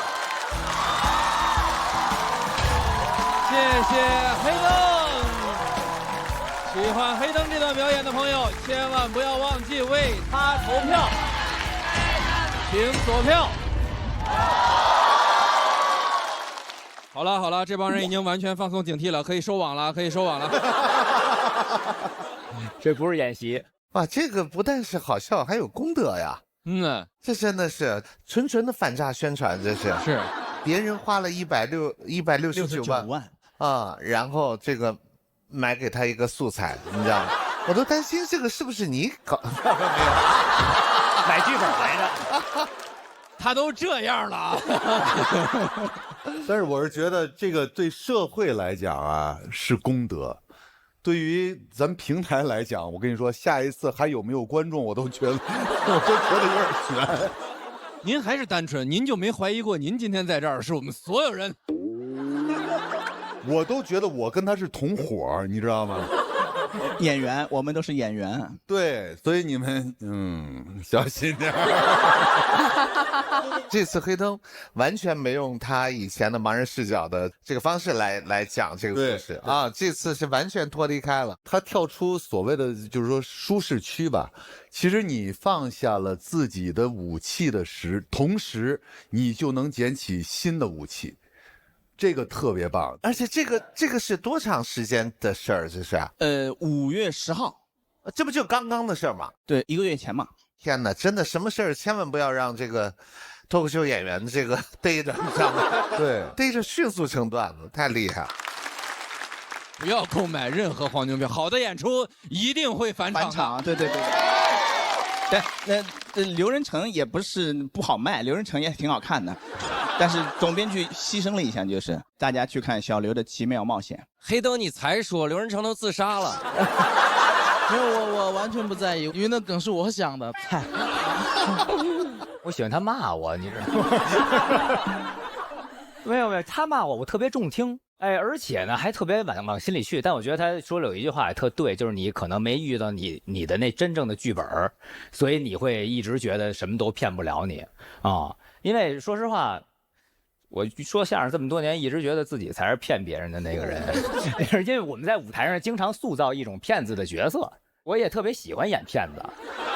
然后就觉得自己应该不会被骗，但我到目前为止，我觉得我不能再往下说了，感觉越说又要离这个被骗要不远了。不要立 flag。对，我没立，我又拔了，我又拔了。我觉得黑灯的创作能力太强了，这是5月份发生的事情，然后你每次都有这么多的新的素材，在这么短的时间内，你就能让大家。然后刚才还纯的玩弄了一段观众，对，我就觉得很赞叹你的创作能力。那个玩弄观众是我老婆给我想出来的。哦，本来就不知道怎么收，后来就想了半天，我老婆给我出了主意。好厉害呀！就大家听到这句话以后松了口气，原来是假的。哈哈，你们还以为是假的吧？可以收网了。好，那我们谢谢黑灯，也请黑灯暂时来到休息区。哎呀，有一种真人超级玛丽的即视感。我是庞博，好嘞，到站了，先上车。我觉得黑灯很像郭靖的大师傅柯镇恶，看不见这个江湖，但是江湖在他们心里的那种大师元老。黑灯对我的帮助很大。去年一起演出，刚演完，他下来就开始给我段子做了指导，他把他的创作方法就一五一十的都告诉我。他还主动跟我说有哪些需要帮忙的，为了跟我说清楚，居然给我发视频，就他把这呈现自己演一遍。哇塞，他自己都看不见，他让我看见。他这个人不伪装的呀，嫉恶如仇，仗义直言。他甚至还出了一首说唱歌曲。说话全是梗的 OG， 讲笑话总有不变，微博都写不通顺建议。那接下来要上场跟黑灯比试的这位朋友，他是《喜人奇妙夜》和1年1度喜剧大赛的资深 sketch 编剧，我们掌声有请普拉斯。Hello。之前嘛，眼睛是比赛前一天才这样嘛，角膜炎啊，睁不开。介绍一下我自己的眼睛，现在是一直写轮眼，喜剧之眼来自嘻哈，于博的签名应该在这吧。然后这里有只小眼睛是大木画的，这边有只眼睛是0.7画的，比较拥挤，上面比较拥挤位置。不后悔啊，没选他可能眼睛。这个问题我不全怪黑灯，反正他错已经有过2次了，这不是第1次了。对，我俩组合叫真善美，真善美，然后恶的那个给捂上了，用喜剧之眼挡住了恶，用喜剧之眼看他一眼，在 wink。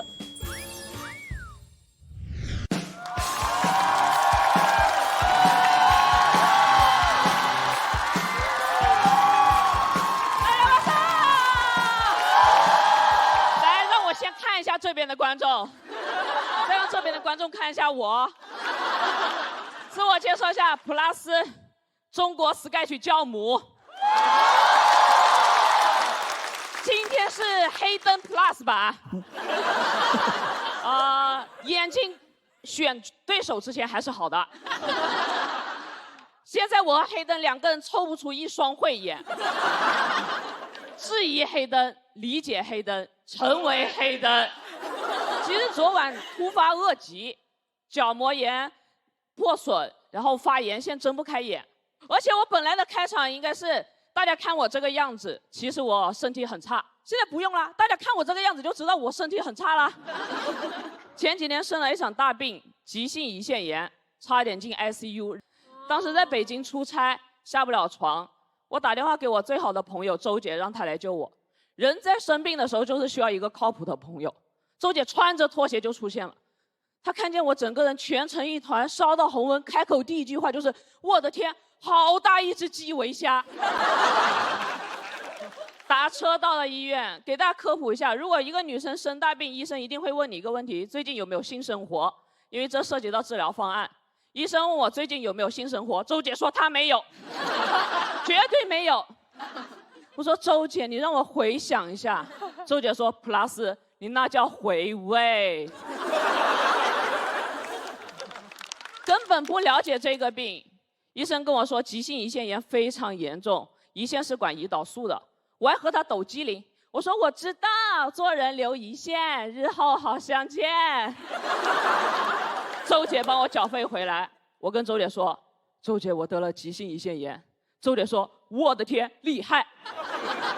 我问他这么冷门的病你也知道吗？他说：“啊，我姥爷就得这个病走的。”住院昏迷之前，我拜托周姐最后一件事情，帮我找一个护工，毕竟也不敢真的让他照顾我。他帮我找了整个医院的最后一个护工。当一个人成为最后一名的时候，一定是有原因的。那个护工太瘦小了。他扶我去上厕所的时候，我还在扶着他。体温计也甩不明白，进我嘎吱窝之前就是39度啦。而且那个护工有一个别的护工都没有的特质，浪漫 ，romantic。当时我从昏迷中醒来，他乌溜溜的黑眼珠盯着我，跟我打招呼说：“你好啊，我叫王翠云，王是3横榆树王，翠云是天边翠翠的一片云。”我第一次见这种自我介绍方式，我说我叫普拉斯，普是2点一个亚，下面一个日，拉斯吐司拉拉的一小丝。王翠云每天晚上9点就要关我们病房的灯，我们病房10点才结束查房。读书的时候都没关过那么早，而且我们病房那段时间得了健康文明示范病房。怎么会有一个病房得健康文明示范病房？就像不会有一个精神病院得精神文明建设精神病院是一个道理。我问他为什么这么早就关灯，王翠云说他不喜欢黑夜，因为离别总是在黑夜。他的浪漫注入生活中的每一个细节。我朋友来看我给我送的花，他会拆开一朵一朵的洗干净，插在我的床头和床尾。我就这么躺在那里，盖着白白的床单。王翠云说：“这样有没有睡得安心一点啊？”确实有安心一点了哦。他还好热心，不照顾我，但是照顾我们病房里面的另外3个人。说：“哎，你的点滴打完喽。哎，你要不要喝热水？哎，你该吃药了。”他管完你的，管你的，管完你的，管你的。他像我们病房的主理人。我朋友来看我的时候都问我，他说：“普拉斯，你是不是和他们 A 了一个护工啊？”王翠云每天下午6点要和我隔壁床的大姐出去散步看夕阳，说送太阳回家。她眼里没我，我现在眼里也没她了哈。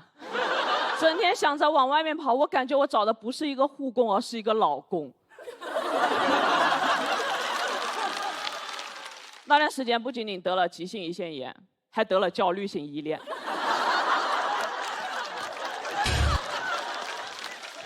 我看见王翠云，我就想问她，我们是什么关系呀？你可不可以只和我说话？你可不可以爱我？恢复得很慢。我说病房好拥挤，他说没有啊，4个病人1个护工。我说有大象，他说在哪？我看不见。我说你当然看不见了，你是我们这段关系的主导者。有一天早上5点钟，他把我叫醒，说和我一起去死吧。我说我们终于走到这一步了吗？后来我才听清楚，他说和我去做核磁吧。人在关系里面就是听不清楚对方说话的。而且我不理解为什么6点半的核磁，他5点就把我叫醒了。我坐上轮椅的时候，我知道了他推不动我。我们从病房到负1层的核磁室坐电梯就花了30分钟，最后的1个小时停在核磁室前那个长坡下一动不动。我没有说话，他在喘气。他似乎已经意识到我们俩的关系降入了冰点，所以我一回头看他，他就朝我微笑。我一回头看他，他就朝我微笑。但是微笑再美再甜，不是我的都不特别。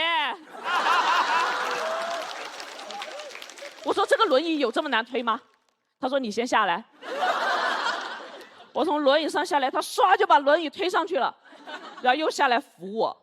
他扶我的时候，我还在扶着他。在那一瞬间，我感觉我拥有了可以进入婚姻的勇气。办完出院手续的时候是下午6点多，我走出去看见王翠云坐在那里看夕阳。我喊她，我说王翠云，她指着太阳说：“你看那颗夕阳像不像一颗乒乓球啊？”我不懂她的浪漫，所以我问她为什么这么喜欢看夕阳。她说：“因为我们的医院在朝阳区，所以我在看夕阳的时候，也在看朝阳。”哦什么？哎，哦什么？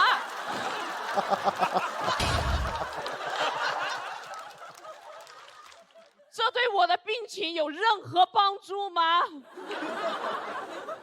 但是也许对于王翠云有，她是一个每天面对生死的护工，也许浪漫是她的圣经。最后我没有投诉王翠云，因为我普拉斯做人留一线。我这几年看到太阳的时候，我会恍惚，分不清楚那是夕阳还是朝阳。就像我人生中很多瞬间，我分不清楚我在活着还是在死去。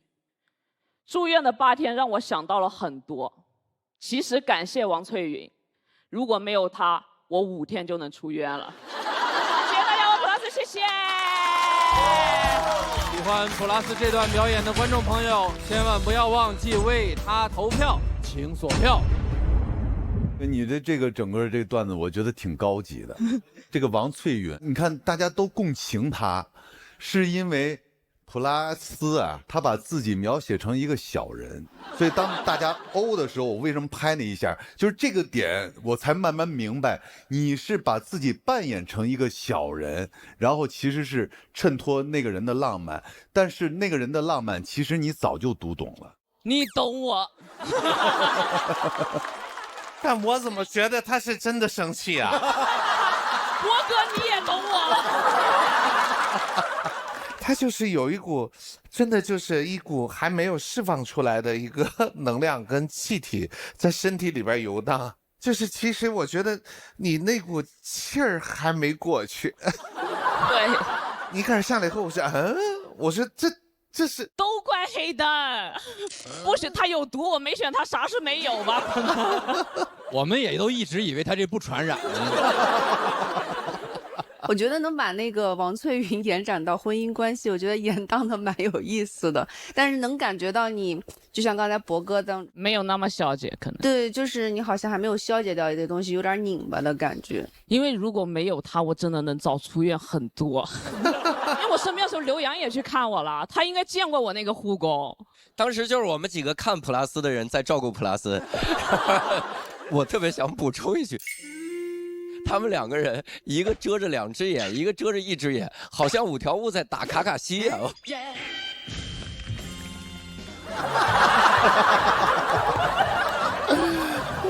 快假装，咱都得假装听懂了，然后笑，这是啊，因为我也不知道说的是啥。火影忍者吗？不是。哦，你看，我不是什么都不懂，但是我依然很清澈。其实我也是，我在最后临了的时候也一直在纠结，因为您在这故事里这2个主要人物啊，就是他都不是很容易让人喜欢的人，但是呢，到最后整个这个结束一处理吧，我确实觉得，还确实还真没落到俗套里，特像一些电影，就是到最后这事儿也没解决。好像你们期盼的这事儿，最后事情出现了转机，怎么样也没有，然后这事儿就这么了了。我倒觉得我其实是抱着求教的态度，我向您打听打听这事儿。出院的那一瞬间，我就把王翠云微信给删了。他有点让我太痛苦，但是他浪漫的那一点又是很真实的，确实每天看夕阳、散步啥的，所以我觉得对，那他就不适合干这个行，是他适合做诗人。确实比较适合他，有时候就坐在旁边看书。我觉得他挺有意思的，我比较想写一个比较有意思的人，和不和解，我觉得可能也没那么重要。有点像，这大林说了，我这么感觉，有那么一点点像北野武电影里的一些人，就是莫名其妙出现在这个片子里，莫名其妙出现在这个故事里，给了主角一巴掌，也走了。所以就等着我们观众去解读嘛。是，也让我想起来冯骥才先生有本书叫《俗世奇人》还是什么的，就聊这个世界上有一些怪怪的人，然后他也没来头，也没去处，就截出来人生这么一段，就写在故事里。我觉得这个普拉斯塑造的王翠云也有这么点感觉。我必须得说一下，王翠云不是真名，就是镜头前的大家，不是你身边那个做护工真的认识的那个王翠云。如果有雷同，纯属巧合。普拉斯个人喜剧艺术加工。事情是真的吗？事情是真的，事情是真的，所以他就护工那一整段所有的综合事情都是真的。那一次对我生死观造成有比较大影响。我突发了一次，在典礼室里面从下午一直做到凌晨，做到很晚，然后旁边的人都来来往往，因为走了很多人。到晚上的时候，就有一个老人就送进来了。10几分钟之后，你就看到一个装尸袋放在那个床上面就推出去，你就感觉死神就在你那个急诊室的门前踱步走了一下，就把一个人给带走了。你那瞬间你就是在医院感觉离死亡好近。我也是从那年开始连续写遗书的，对一些人遗憾的话或者怎么样的，也相当于有的时候总结一下去年的事情或者怎么样，要自己葬礼怎么做，骨灰要安排在哪里，小猫要给谁托付，笑也是面对，哭也是面对。然后医生一进来说，他说：“哎，你们都是谁的亲友？”他们没有人说话，没有人说：“哦，我是那个床位的二婶。”二婶，那个床是我。哦，对，床是2婶。这个好像。很多时候你自己撑不住了，你就会想让普拉斯还在撑。他跟你比，他都没有一个健康的胰腺。别说了，我流下了一线眼泪。爱就爱，不要有慢动作。这个故事怎么解读都交给观众，交给读者了。那这场对决还是得有个结果。那个咱一只眼的福福这个。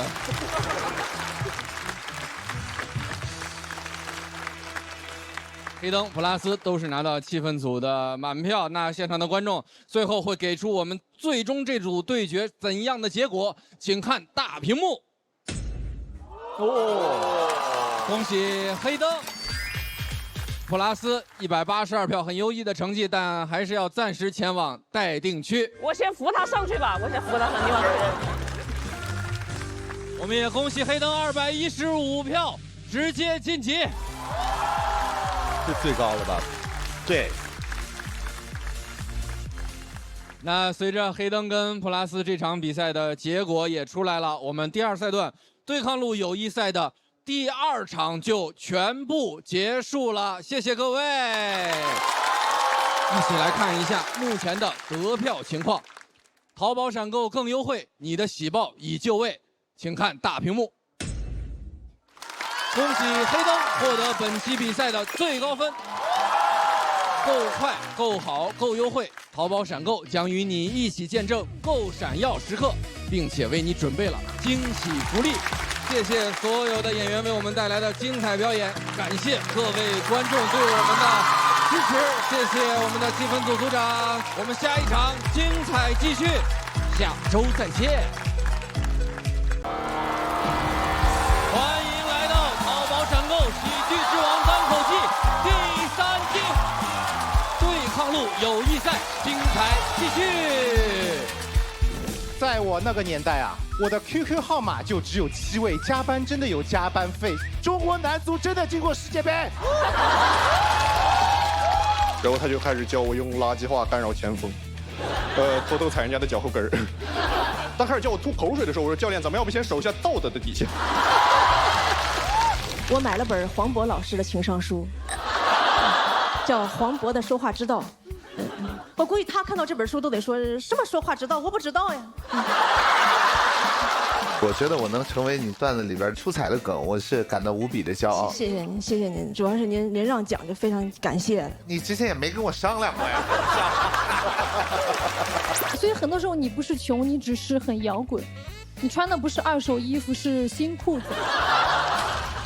一个年下的老板夸人的方式就是这么有理，切匮乏，指着我就喊：“哎呦，杨哥，你就我爹。”